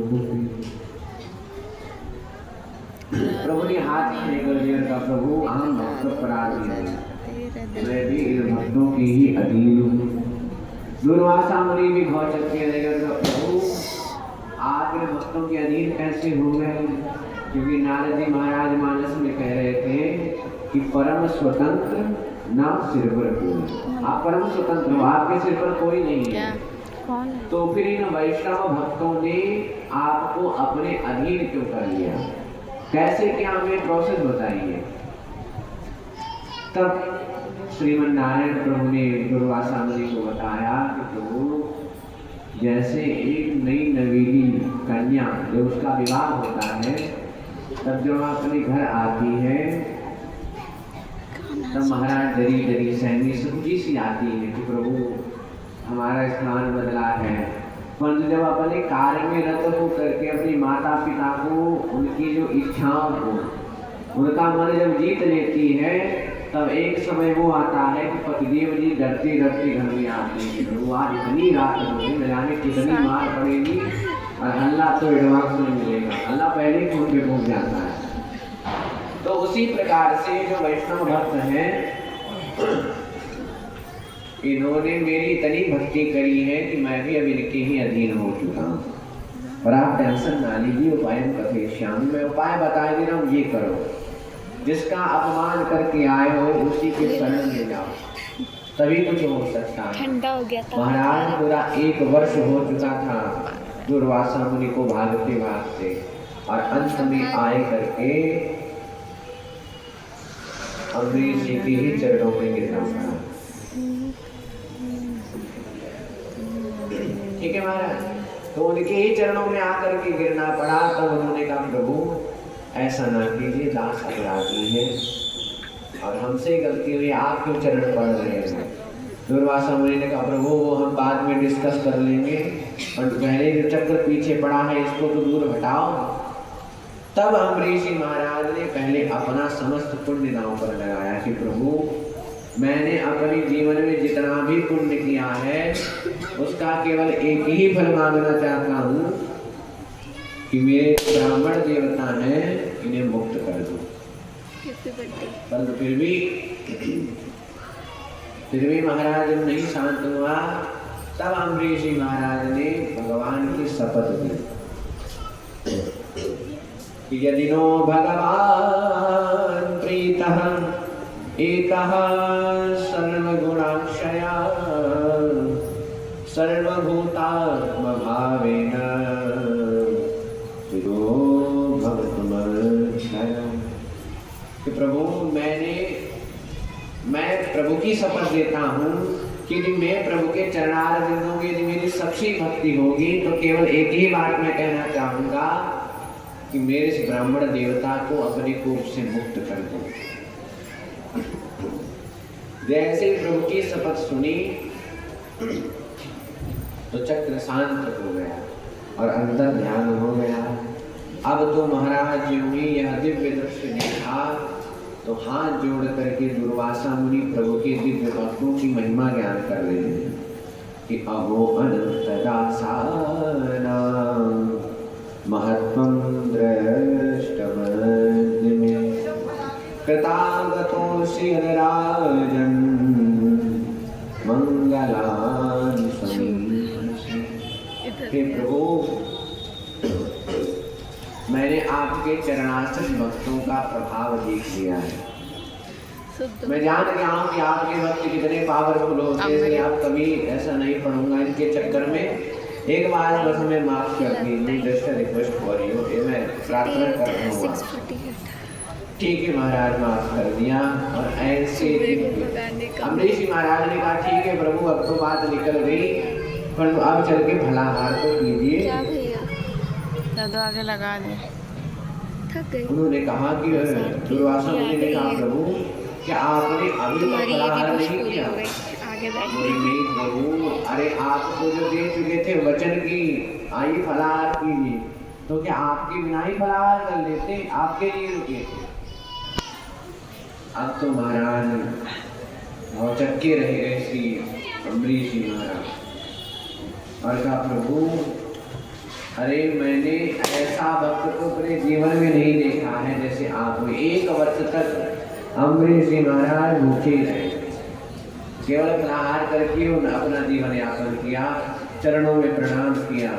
सुखदेव जी महाराज कहते हैं कि परीक्षित इन्हीं के वंश में चल करके आगे के महाराज युवनाथ के लिए इन्होंने ब्रह्मवश अभिमंत्रित जल पिया था और इनके उदर से मानधाता का जन्म हुआ था। मानधाता के सत्य के रोहित रोहित के बाहु बाहु के सगर के 60,000 पुत्र हुए थे।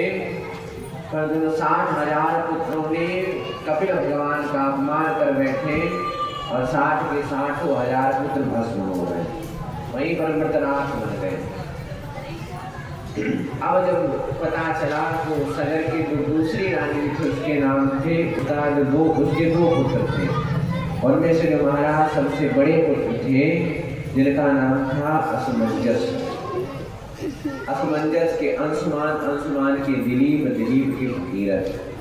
इन सबने महाराज क्रमवाइज तपस्या करी, और तपस्या करने के बाद में महाराज तब जाकर के जो भगीरथ जी थे वो भागीरथी गंगा को भगवान शंकर की जटाओं से प्रवाहित करके लाए। जब ये प्रवाहित करके लाए तो आ ही रही थी आगे आगे भागीरथ चले, पीछे पीछे भागीरथी चले, पर बीच में महाराज जन्नू बाबा की कुटिया पड़ी तो उन्होंने क्या किया कि उस कुटिया को बहा लिया। बोलो राधे राधे। अब महाराज कुछ लोग देवियाँ क्या कर रही है कि देख रही कह रही वो मेरी सहेली आ गई है, अरे भैया इधर खसको वहीं पे बैठेंगे। हाँ तो वो लोग क्या कह रही थी देवी, धीरे धीरे महाराज बातें शुरू हो जाती है, कथा तो सुनते ही रहेंगे, हल्की बात सुन लेंगे। बोलो राधे राधे। तो महाराज बीच में जन्नू बाबा की कुटिया पड़ी तो गंगा मैया ने उस कुटिया को ही बहा दिया। जन्नू बाबा को आया क्रोध, 3 आचमन गंगा जी के किए, केशवाय नमः, माधवाय नमः, नारायणाय नमः। तो 3 आचमन करते ही संपूर्ण गंगा जी का ही पान कर ले। बोलो राधे राधे। राधे राधे। गंगा जी का ही महाराज पान करके भागीरथ जी ने कहा कि प्रभु ऐसा न करिए, बहुत मेहनत लगी है, अब इतनी ऊपर से तो हम नीचे लेकर के आए हैं, पर जो ही हम नीचे आए हैं तो आप भी गए प्रभु कृपा करो। तब अपने पुत्र स्वरूप ने जन्नू बाबा ने कान से गंगा मैया को प्रकट किया, इसलिए जन्नू पुत्री होने के नाते गंगा मैया का एक नाम जाह्नवी भी है। बोलिए जाह्नवी मैया की। अब तो गंगा जी जैसी ही जहाँ पर सगर पुत्रों की मृत राख पड़ी हुई थी उसका जैसे ही महाराज स्पर्श किया तो यज्जल स्पर्श मार दो, लात मार दो। ब्रह्मदंड हता सगरात्मजा दिवं जगमुः केवलम देहमस्मि। सगर पुत्रों की मृतदाह का जो ही स्पर्श गंगा मैया ने किया तो स्पर्श करते ही महाराज 60 के 60,000 पुत्रों का कल्याण हो गया। इसलिए गंगा जी में अस्थि विसर्जन का बहुत महत्व होता है। बोलो राधे राधे। इन्हीं भगीरथ जी के वंश में राजा ऋतुपर्ण हुए। ऋतुपर्ण के सौदास के अस्मत के नारी कवच के खटवांग के दिलीप के रघु, जिनसे रघुवंश चला, और रघु के बेटा अज हुए। अज महाराज के बेटा जो हुए वो दशरथ जी हुए, और दशरथ जी महाराज के पुत्र हुए वो श्री राम लक्ष्मण भरत शत्रुघ्न जी महाराज हुए। प्रेम से बोलिए चारों भैया की जय। सुग्रीव जी महाराज ने कहा कि देखो भैया परीक्षित अब जिद मत करना, समय का अभाव है, इसलिए पूरी राम कथा को हम सुना नहीं पाएंगे, इसलिए एक श्लोक की ही राम कथा आप श्रवण की है। और एक श्लोक की राम कथा सुनाई कि गुरवर्थे त्यक्तराज्यं व्यचरदन वनं पद्मपद्भ्यां प्रियायः पाणिस्पर्शा क्षमाभ्यां ब्रजपथरुजो यो हरे वैरूप्या सुरपणख्या प्रिय विहरुषा रोपित भ्रुविजृंभ त्रस्ताभिर्बद्ध सेतुः खलदवदहन कौशलेन्द्रोवतान्।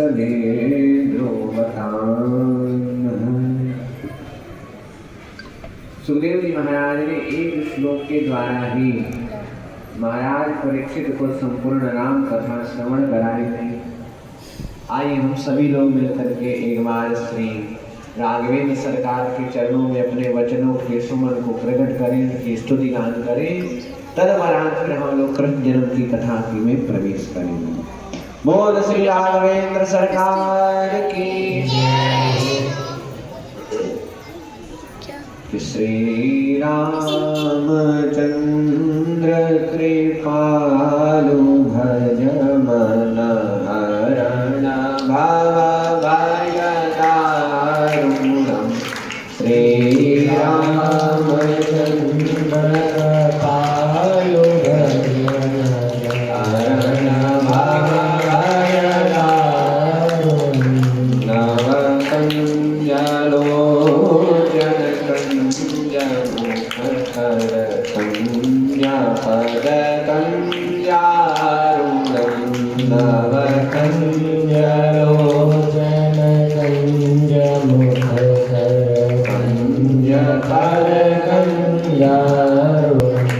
कंदर्व अगणित व्यामित छवि नवनील नीरज सुंदरम। कंदर्व अगणित व्यामित छवि नवनील नीरज सुंदरम। पटपीतमानहुतनितरुति सुतिनो जनक सुतावरम। पटपीतमानहुतनितरुति सुतिनो जनक सुतावरम। भजो दीनबन्धो दिनेश दानव दैत्यवंशनिकन्दनं। भजो दीनबन्धो दिनेश दानव दैत्यवंशनिकन्दनं। रघुनंदन आनंद कंद कौशल चंद्र दशरथ नंदनं। रघुनंदन आनंद चंद्र कौशल चंद्र दशरथ नंदनं। शिर मुकुट कुंडल तिलक चारु उदारु अंग विभूषणं। शिर मुकुट कुंडल चारु शिर मुकुट कुंडल तिलक चारु उदारु अंग विभूषणं।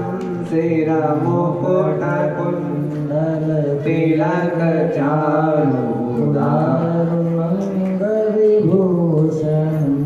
आजानुभुज सर चाप धर संग्राम जित खर दूषणम्।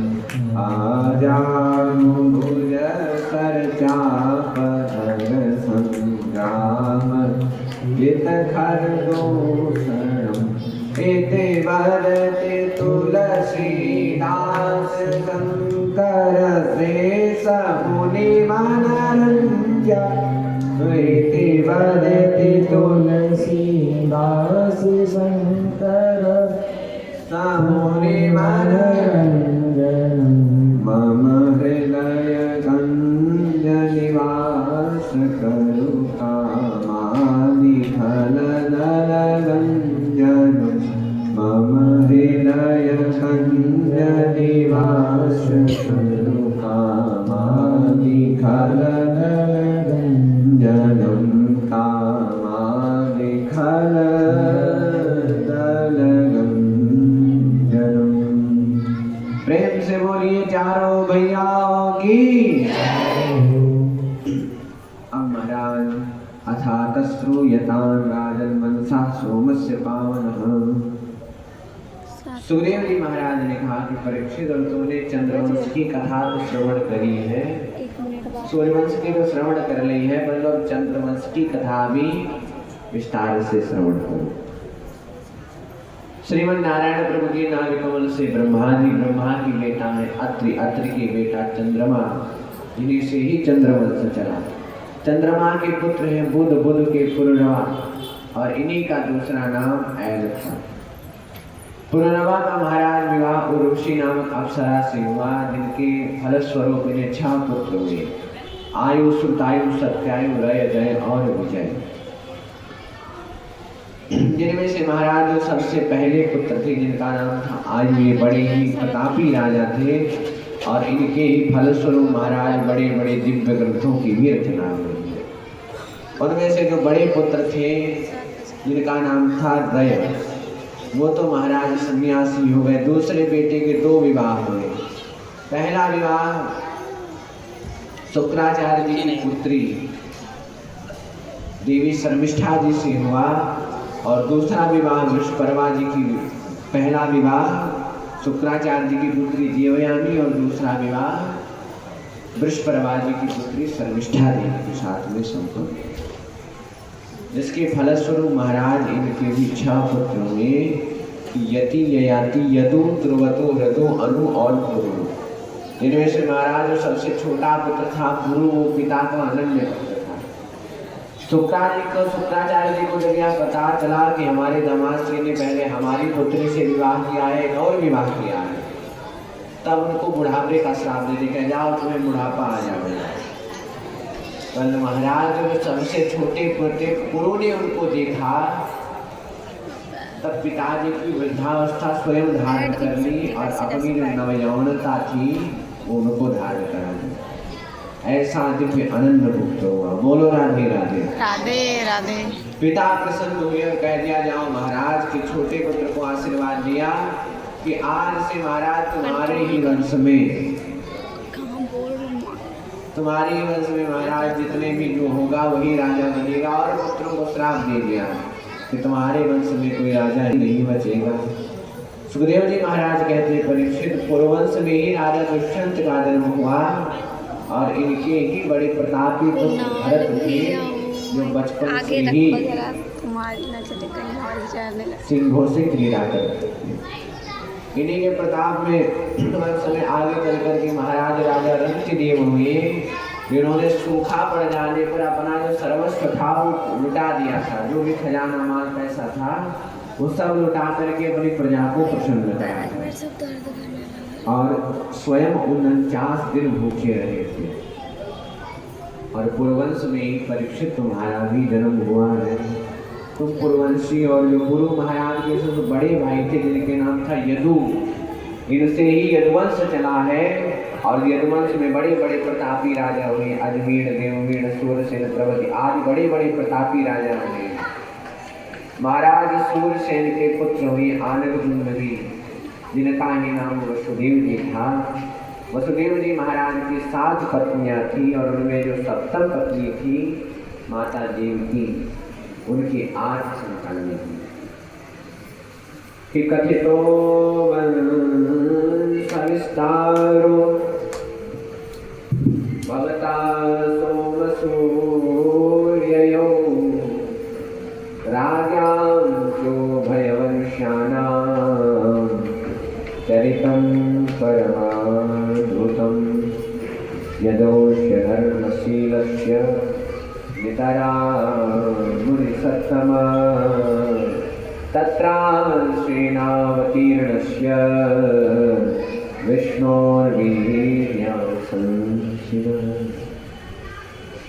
अब जैसे महाराज एक श्लोक में संपूर्ण राम कथा श्रवण कराई गई, उसी प्रकार से जब कृष्ण कथा श्रवण कराने का प्रयत्न किया सुखदेव जी महाराज ने, तब परीक्षित ने कहा कि प्रभु नहीं ऐसे ना करिए, हमने आपसे सूर्यवंश की कथा इसलिए शॉर्ट में श्रवण करी कि ताकि जब हमारे प्रभु की बारी आ जाएगी तो हम विस्तार से उसका श्रवण करेंगे।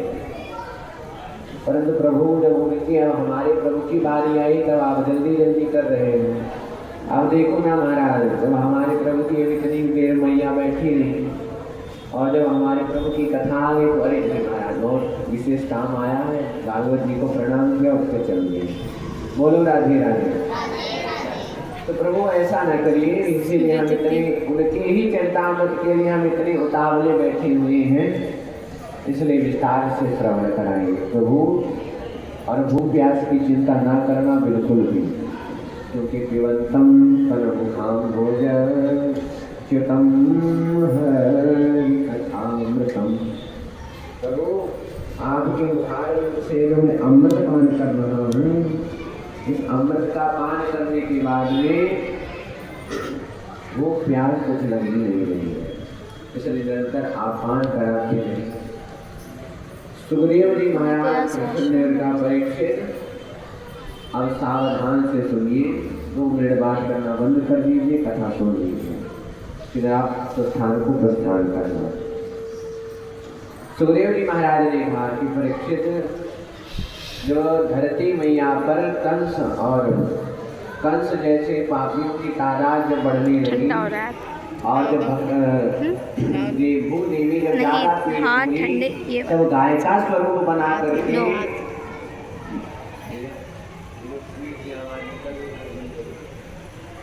तो महाराज गाय का रूप धारण करके ब्रह्मादि देवताओं के साथ में श्रीमन नारायण प्रभु की स्तुति करने के लिए गई। जो ही स्तुति करने के लिए गई,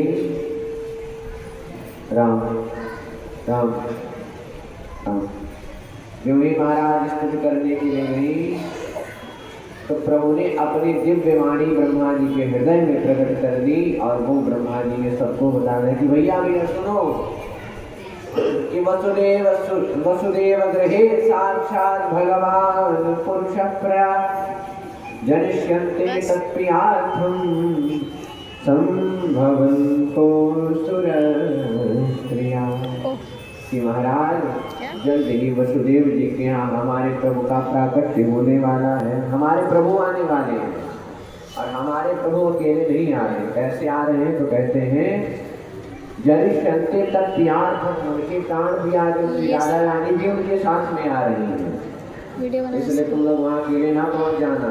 संभवन्तु सुरस्त्रियाः, अपने अपनी देवियों को भी लेकर के जाओ और प्रभु के आने की दिव्य तैयारियां करो।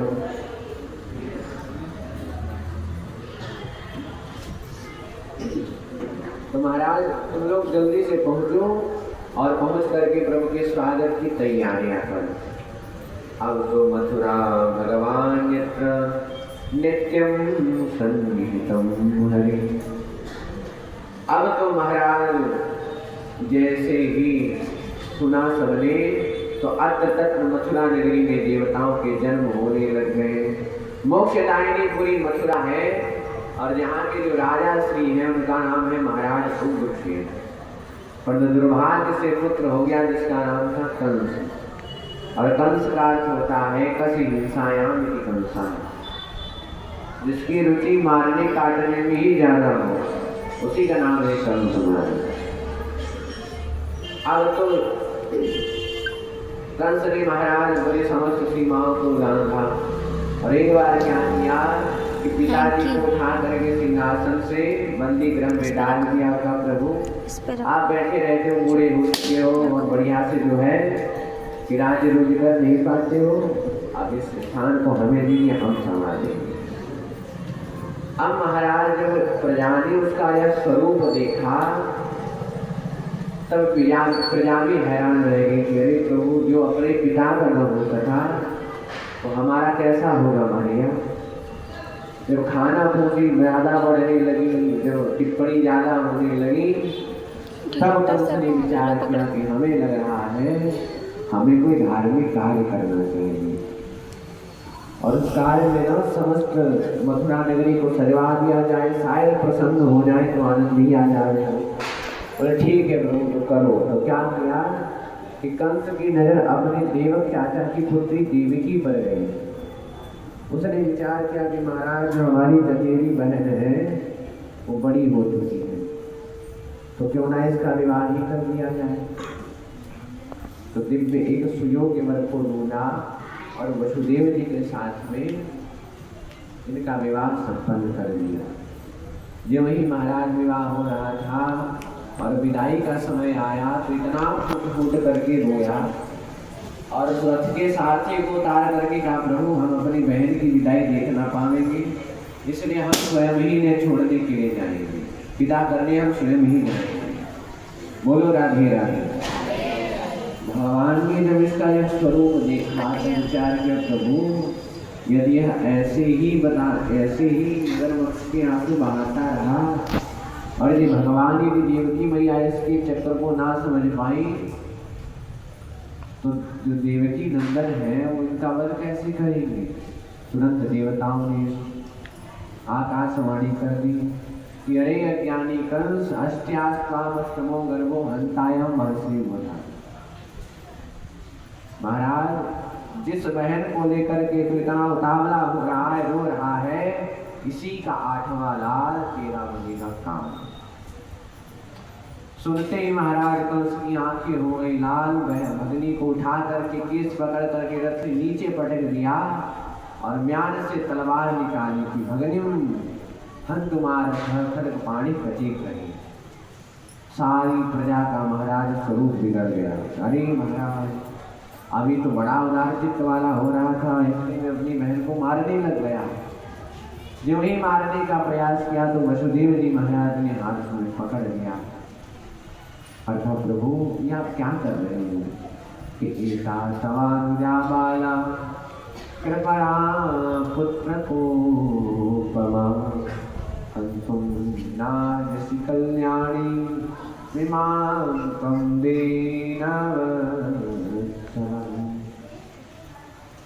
हे प्रभु आप क्या कर रहे हो। एका सवानुजा बाला, अरे आपकी भगनी है, आपकी बहन है और आप तो इतने बड़े वीर हो करके एक स्त्री पर उठाने को आप शोभा नहीं देता।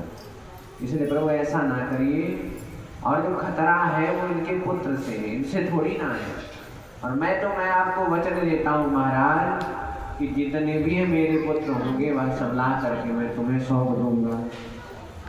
कंस ने कहा ठीक है, तुम यदि यह कहते हो तो मैं मान लेता हूँ। परंतु फिर भी नहीं माना कंस और उठा करके देवकी वसुदेव को बंदी गृह में बंद कर दिया। कालांतर में जाकर के वसुदेव जी महाराज के प्रथम पुत्र हुआ जिसका नाम रखा कीर्तिमान। जो ही पुत्र हुआ वसुदेव जी ने पुत्र को उठाया, महाराज कंस के सभागार में जा पहुंचे। जो ही पहुंचे कंस ने देखा तो बड़ा प्रसन्न हुआ और कहा भाई वसुदेव जो तुम हो वो अपनी बात के धनी हो, बात के पक्के निकले। फिर महाराज हमें जो डर है वो 8वें से, इससे नहीं, इसलिए प्रत्यात को मारोगे, इसलिए जाओ मारे जाओ। अब जब नारद जी ने अदृश्य देखा विचार के अरे महाराज ये तो बहुत बड़ा जो है दानी समझ रहा है, अपने को बहुत उदार चित्त वाला हो रहा है। तुरंत नारद जी महाराज एक कमल का पुष्प लेकर के प्रकट हो गए। या महाराज दिव्य 1 दर्जन केले लेकर के प्रकट हो गए और अपने शिष्य को दिखाया कि देखो ये बताओ ये क्या है। कंस ने कहा प्रभु ये तो कमल का पुष्प है। नारद जी ने कहा हाँ भाई पुष्प तो कमल का ही है, परंतु ये बताओ कि इसमें से 8वीं पंखुड़ी कौन सी है। गिनना प्रारंभ किया 1 2 3 4 5 6 7 ये है 8वीं। नारद जी ने कहा उधर से गिनो इधर से गिनो। अब इधर उधर से गिनवाई तो जो पहली थी वही 8वीं हो गई, जो 8वीं थी वही पहली। अब महाराज सज्जन कहते हैं कि शंख और मूर्ख दूसरों के फूकने से ही बजते हैं। माथा चकराया, तुरंत बुलाया वसुदेव को, मारा लाओ पुत्र लाओ, और उठा करके छीन करके पुत्र पटक दिया। और इस प्रकार से 7 पुत्रों की मृत्यु इसी प्रकार से हुई। 6 पुत्रों की मृत्यु उसने कर दी। अब 7वें गर्भ में शेष भगवान पधारे। भगवान ने योग माया को बुला करके कहा कि रोहिणी के गर्भ का संकर्षण करके या देवकी के गर्भ का संकर्षण करके रोहिणी के गर्भ में प्रविष्ट कर दो और तुम महाराज माया बन करके प्रकट हो, तुम कन्या बन करके प्रकट हो जाना और मैं 8वें गर्भ में आ रहा हूँ। इसलिए जैसे महाराज मैं आऊँ तुम यहाँ आ जाना और जब कंस तुम्हें मारने का प्रयत्न करेगा तो अष्टभुजी बन करके प्रकट होना, फिर देखना तुम्हारी कितनी पूजा होती है। जैसा महाराज समझाया वैसा ही किया योग माया ने। अब 7वें गर्भ में शेष भगवान पधारे और वही प्रक्रिया हुई तो कंस को पता चला कि हमें लग रहा है कि सप्तम गर्भ का पतन हो गया है, अब अष्टम गर्भ में हमारे प्रभु पधारे। भादव का महीना आ गया कि अथ सर्वगुणोपेता कालः परम शोभन। प्रभु जैसे ही माता देवकी के गर्भ में आए तो देवताओं को पता चला तो गर्भ स्तुति करने के लिए प्रकट हो गए और समस्त देवता ने सत्य सत्य कहकर के प्रभु को पुकारा कि सत्यव्रतम सत्य परम सत्यम सत्यस्य योनिं निहतं च सत्ये सत्यस्य सत्यं सतनेत्रमेत्रं सत्यात्मकं त्वां शरणं प्रपन्ना। सत्य सत्य कह करके प्रभु को पुकारा है। सत्य क्यों कहा प्रभु सत्यव्रतम। देवता कहना चाहते प्रभु आपका जो प्राकट्य हो रहा है ये दुष्टों का समन करने के लिए हो रहा है, पर तो दुष्ट कोई और नहीं बल्कि आपके कोई मौसी जी है, कभी मामा जी। इसलिए जो व्रत लेकर के आप प्रकट हो रहे हो उस व्रत पर एक वचन पर निष्ठा करके अब उतरना, इसलिए देवताओं ने सत्य सत्य कह करके पुकारा है। अब गर्भस्तुति करके देवता अंतर ध्यान हो गए और अथ सर्वगुणोपेता कालः परम शोभनम्। अब हमारे प्रभु के प्राकट्य का शुभ समय आ गया, भादव का महीना आ गया, अष्टमी तिथि आ गई, बुधवार दिन आ गया, भवकर्ण आ गया, हर्षण योग आ गया, रोहिणी नक्षत्र आ गया और मध्य रात्रि 12 बजे प्रभु चतुर्भुज रूप धारण करके माता देवकी की वसुदेव देवकी के गोद में प्रकट हो गए। बोलिए भक्तवत्सल भगवान की, कृष्ण कन्हैया लाल की। जो ही महाराज प्रकट हुए तो देवकी वसुदेव हाथ जोड़ करके स्तुति करने लगे कि तमद्भुतं बालकं भुजेक्षणं चतुर्भुजं शंखगदायुधायुधं। स्तुति करने लग गए महाराज, स्तुति करने लग गए कि प्रभु बड़ा अद्भुत बालक है।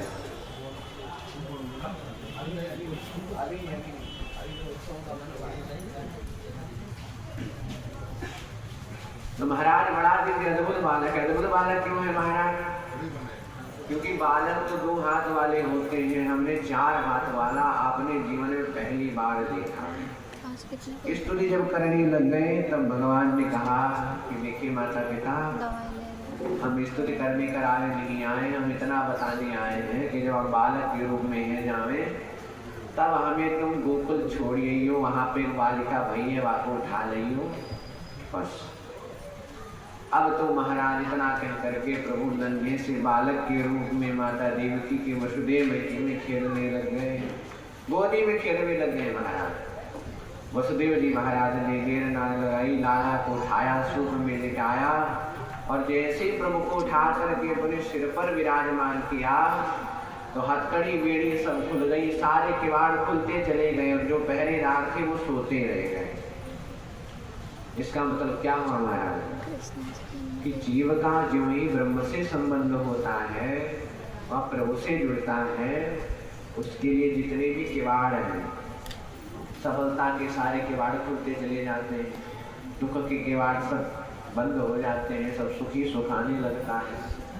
अब देर ना लगाई, जो ही लाला को लेकर के चले तो जो ही बंदी ग्रह के बाहर निकले तो सबसे पहले आकाश ने दर्शन किया करता और कहा अरे वाह, प्रथम दर्शन हमें ही हो रहे हैं, अरे हम भी नीले नीले हैं, हम भी घनश्याम हैं और हमारे प्रभु भी घनश्याम है। अब पत्रम पुष्पम फलम तो कुछ है नहीं हमारे पास कि हम भोग लगावे पूजन करें, परंतु तोयम पर्याप्त है, जल हमारे पास बहुत है, तो क्यों ना इसी के द्वारा प्रभु का महाराज अपने स्वागत किया जाए। तो वर्ष पर जन्य उपाम सुदर्शित शेषो विजिवारयन् फणै बाधै निवारयन् अब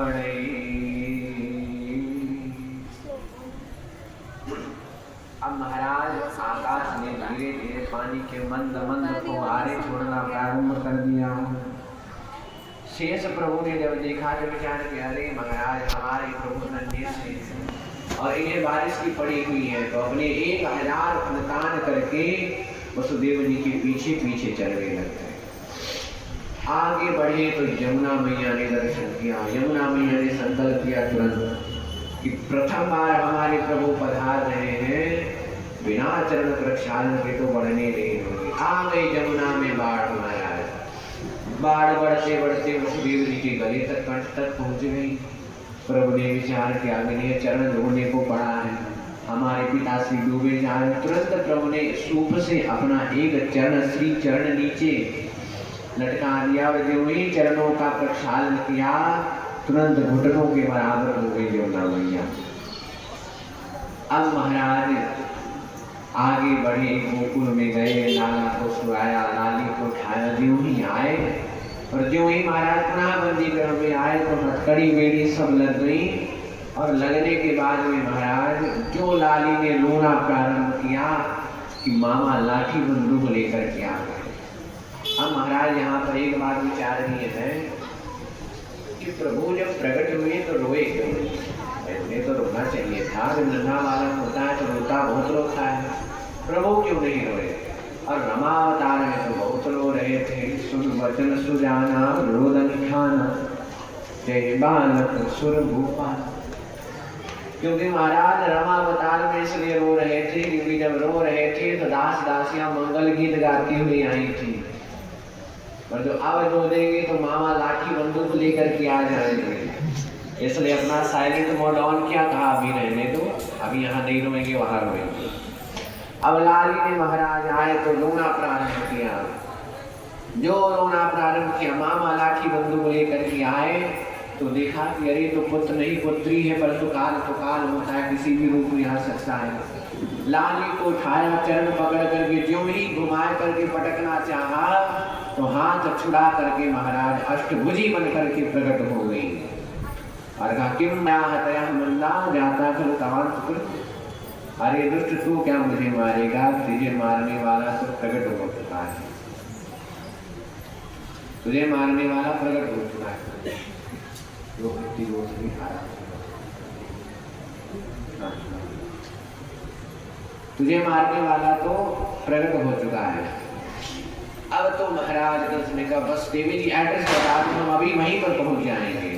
देवी जी ने कहा, नहीं एड्रेस नहीं बताऊंगी, बस इतना पता है कि प्रकट हो चुका है। अब तो महाराज कंस ने अपने लिए कराए तो माफी मांगा, अपनी देवकी मैया की देवकी बहन के चरणों में गिर करके माफी मांगी और कहा, मैया बहना मुझसे बहुत बड़ी भूल हो गई है, पर जीवन में पहली बार ये देख रहा हूँ कि अब तो देवी देवता भी झूठ बोलने लग गए हैं। क्योंकि आकाशवाणी ने कहा था कि 8वां गर्भ तुम्हारा काल बनेगा और देवी जी कह रही है कि वो प्रकट हो चुके हैं, तो एक तो वही झूठा ही। इसलिए बहना मुझे माफ कर दो, मुझसे अपराध हुआ है। इधर महाराज माफी मांगी और प्रभु को मारने का चक्रव्यूह रचने लगा। अब इधर महाराज नंद भवन में क्या हुआ उसकी भी कथा सुनिए कि नंदस्तात्मज उत्पन्ने जातानुरागो महामना आहूय विप्रान वेदर्यान् स्नातः सुचिरलं कृता वाचयित्वा स्वस्त्ययनं जातकर्मात्मजस्य वै कारयामास विधिवत् देवार्चनं तथा। बोलो राधे राधे। अब महाराज ब्रज की कथा है तो ब्रजभाषा में सुनावे में आनंद आवे। ब्रजभाषा तो समझ में आती है ना भैया। तो एक दिन महाराज का भयो कि संतर महंतर की डोली जो है नंद बाबा के द्वारे आई। अब बाबा तो संत भक्त थे, बड़ो दिव्य भव्य स्वागत किए। आइए प्रभु अहो भाग्य हमारे, आप यहाँ पर आए। कहिए प्रभु कैसे आना हुआ? बड़ा दिव्य भव्य जब उनकी नाश्ता पानी का व्यवस्था कियो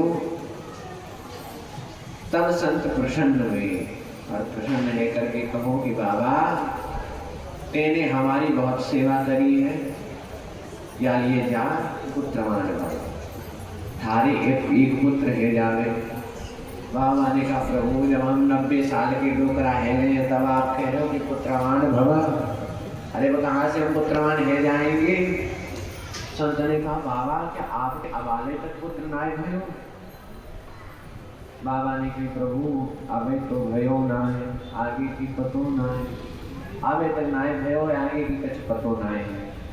संतों ने कहा प्रभु तो एक ऐसा आशीर्वाद मैंने अपने मुखारबिंद से दे दिया, पर जो मैंने दे दिया है वो तो सत्य होगा ही।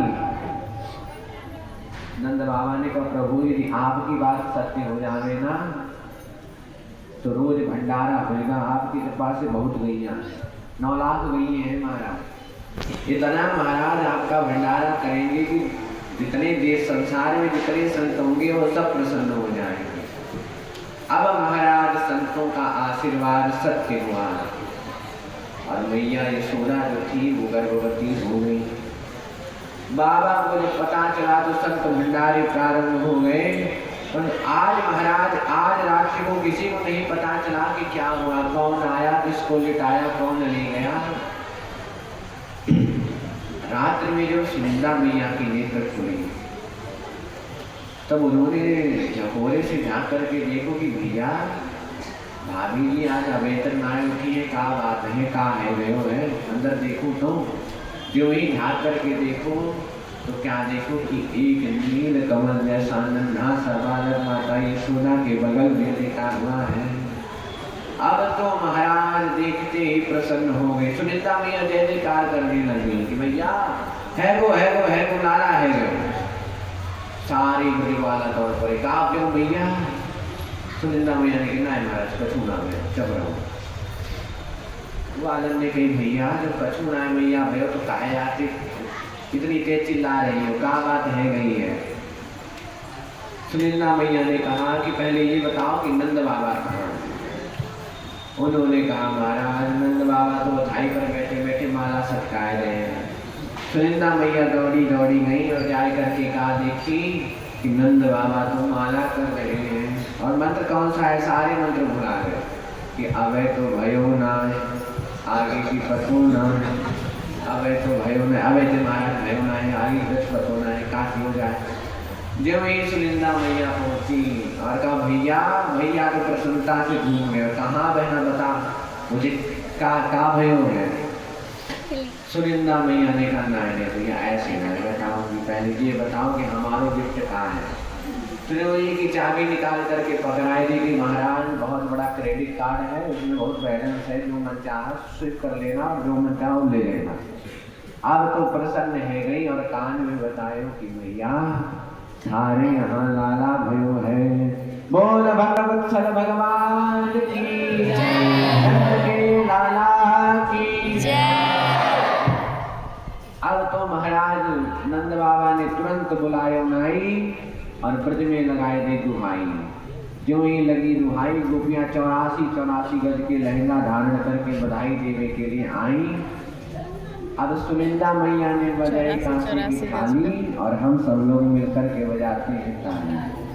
बोल नंद के लाला की आज महाराज सभी लोग मिलकर के दिव्य नंद उत्सव मनाए और आरती करके प्रसाद ग्रहण करके ही घर को प्रस्थान करें। कल हम सभी लोग प्रभु की दिव्य दिव्य लीलाओं कथाओं का श्रवण करेंगे और महाराज हमारे ठाकुर जी और हमारी राधिका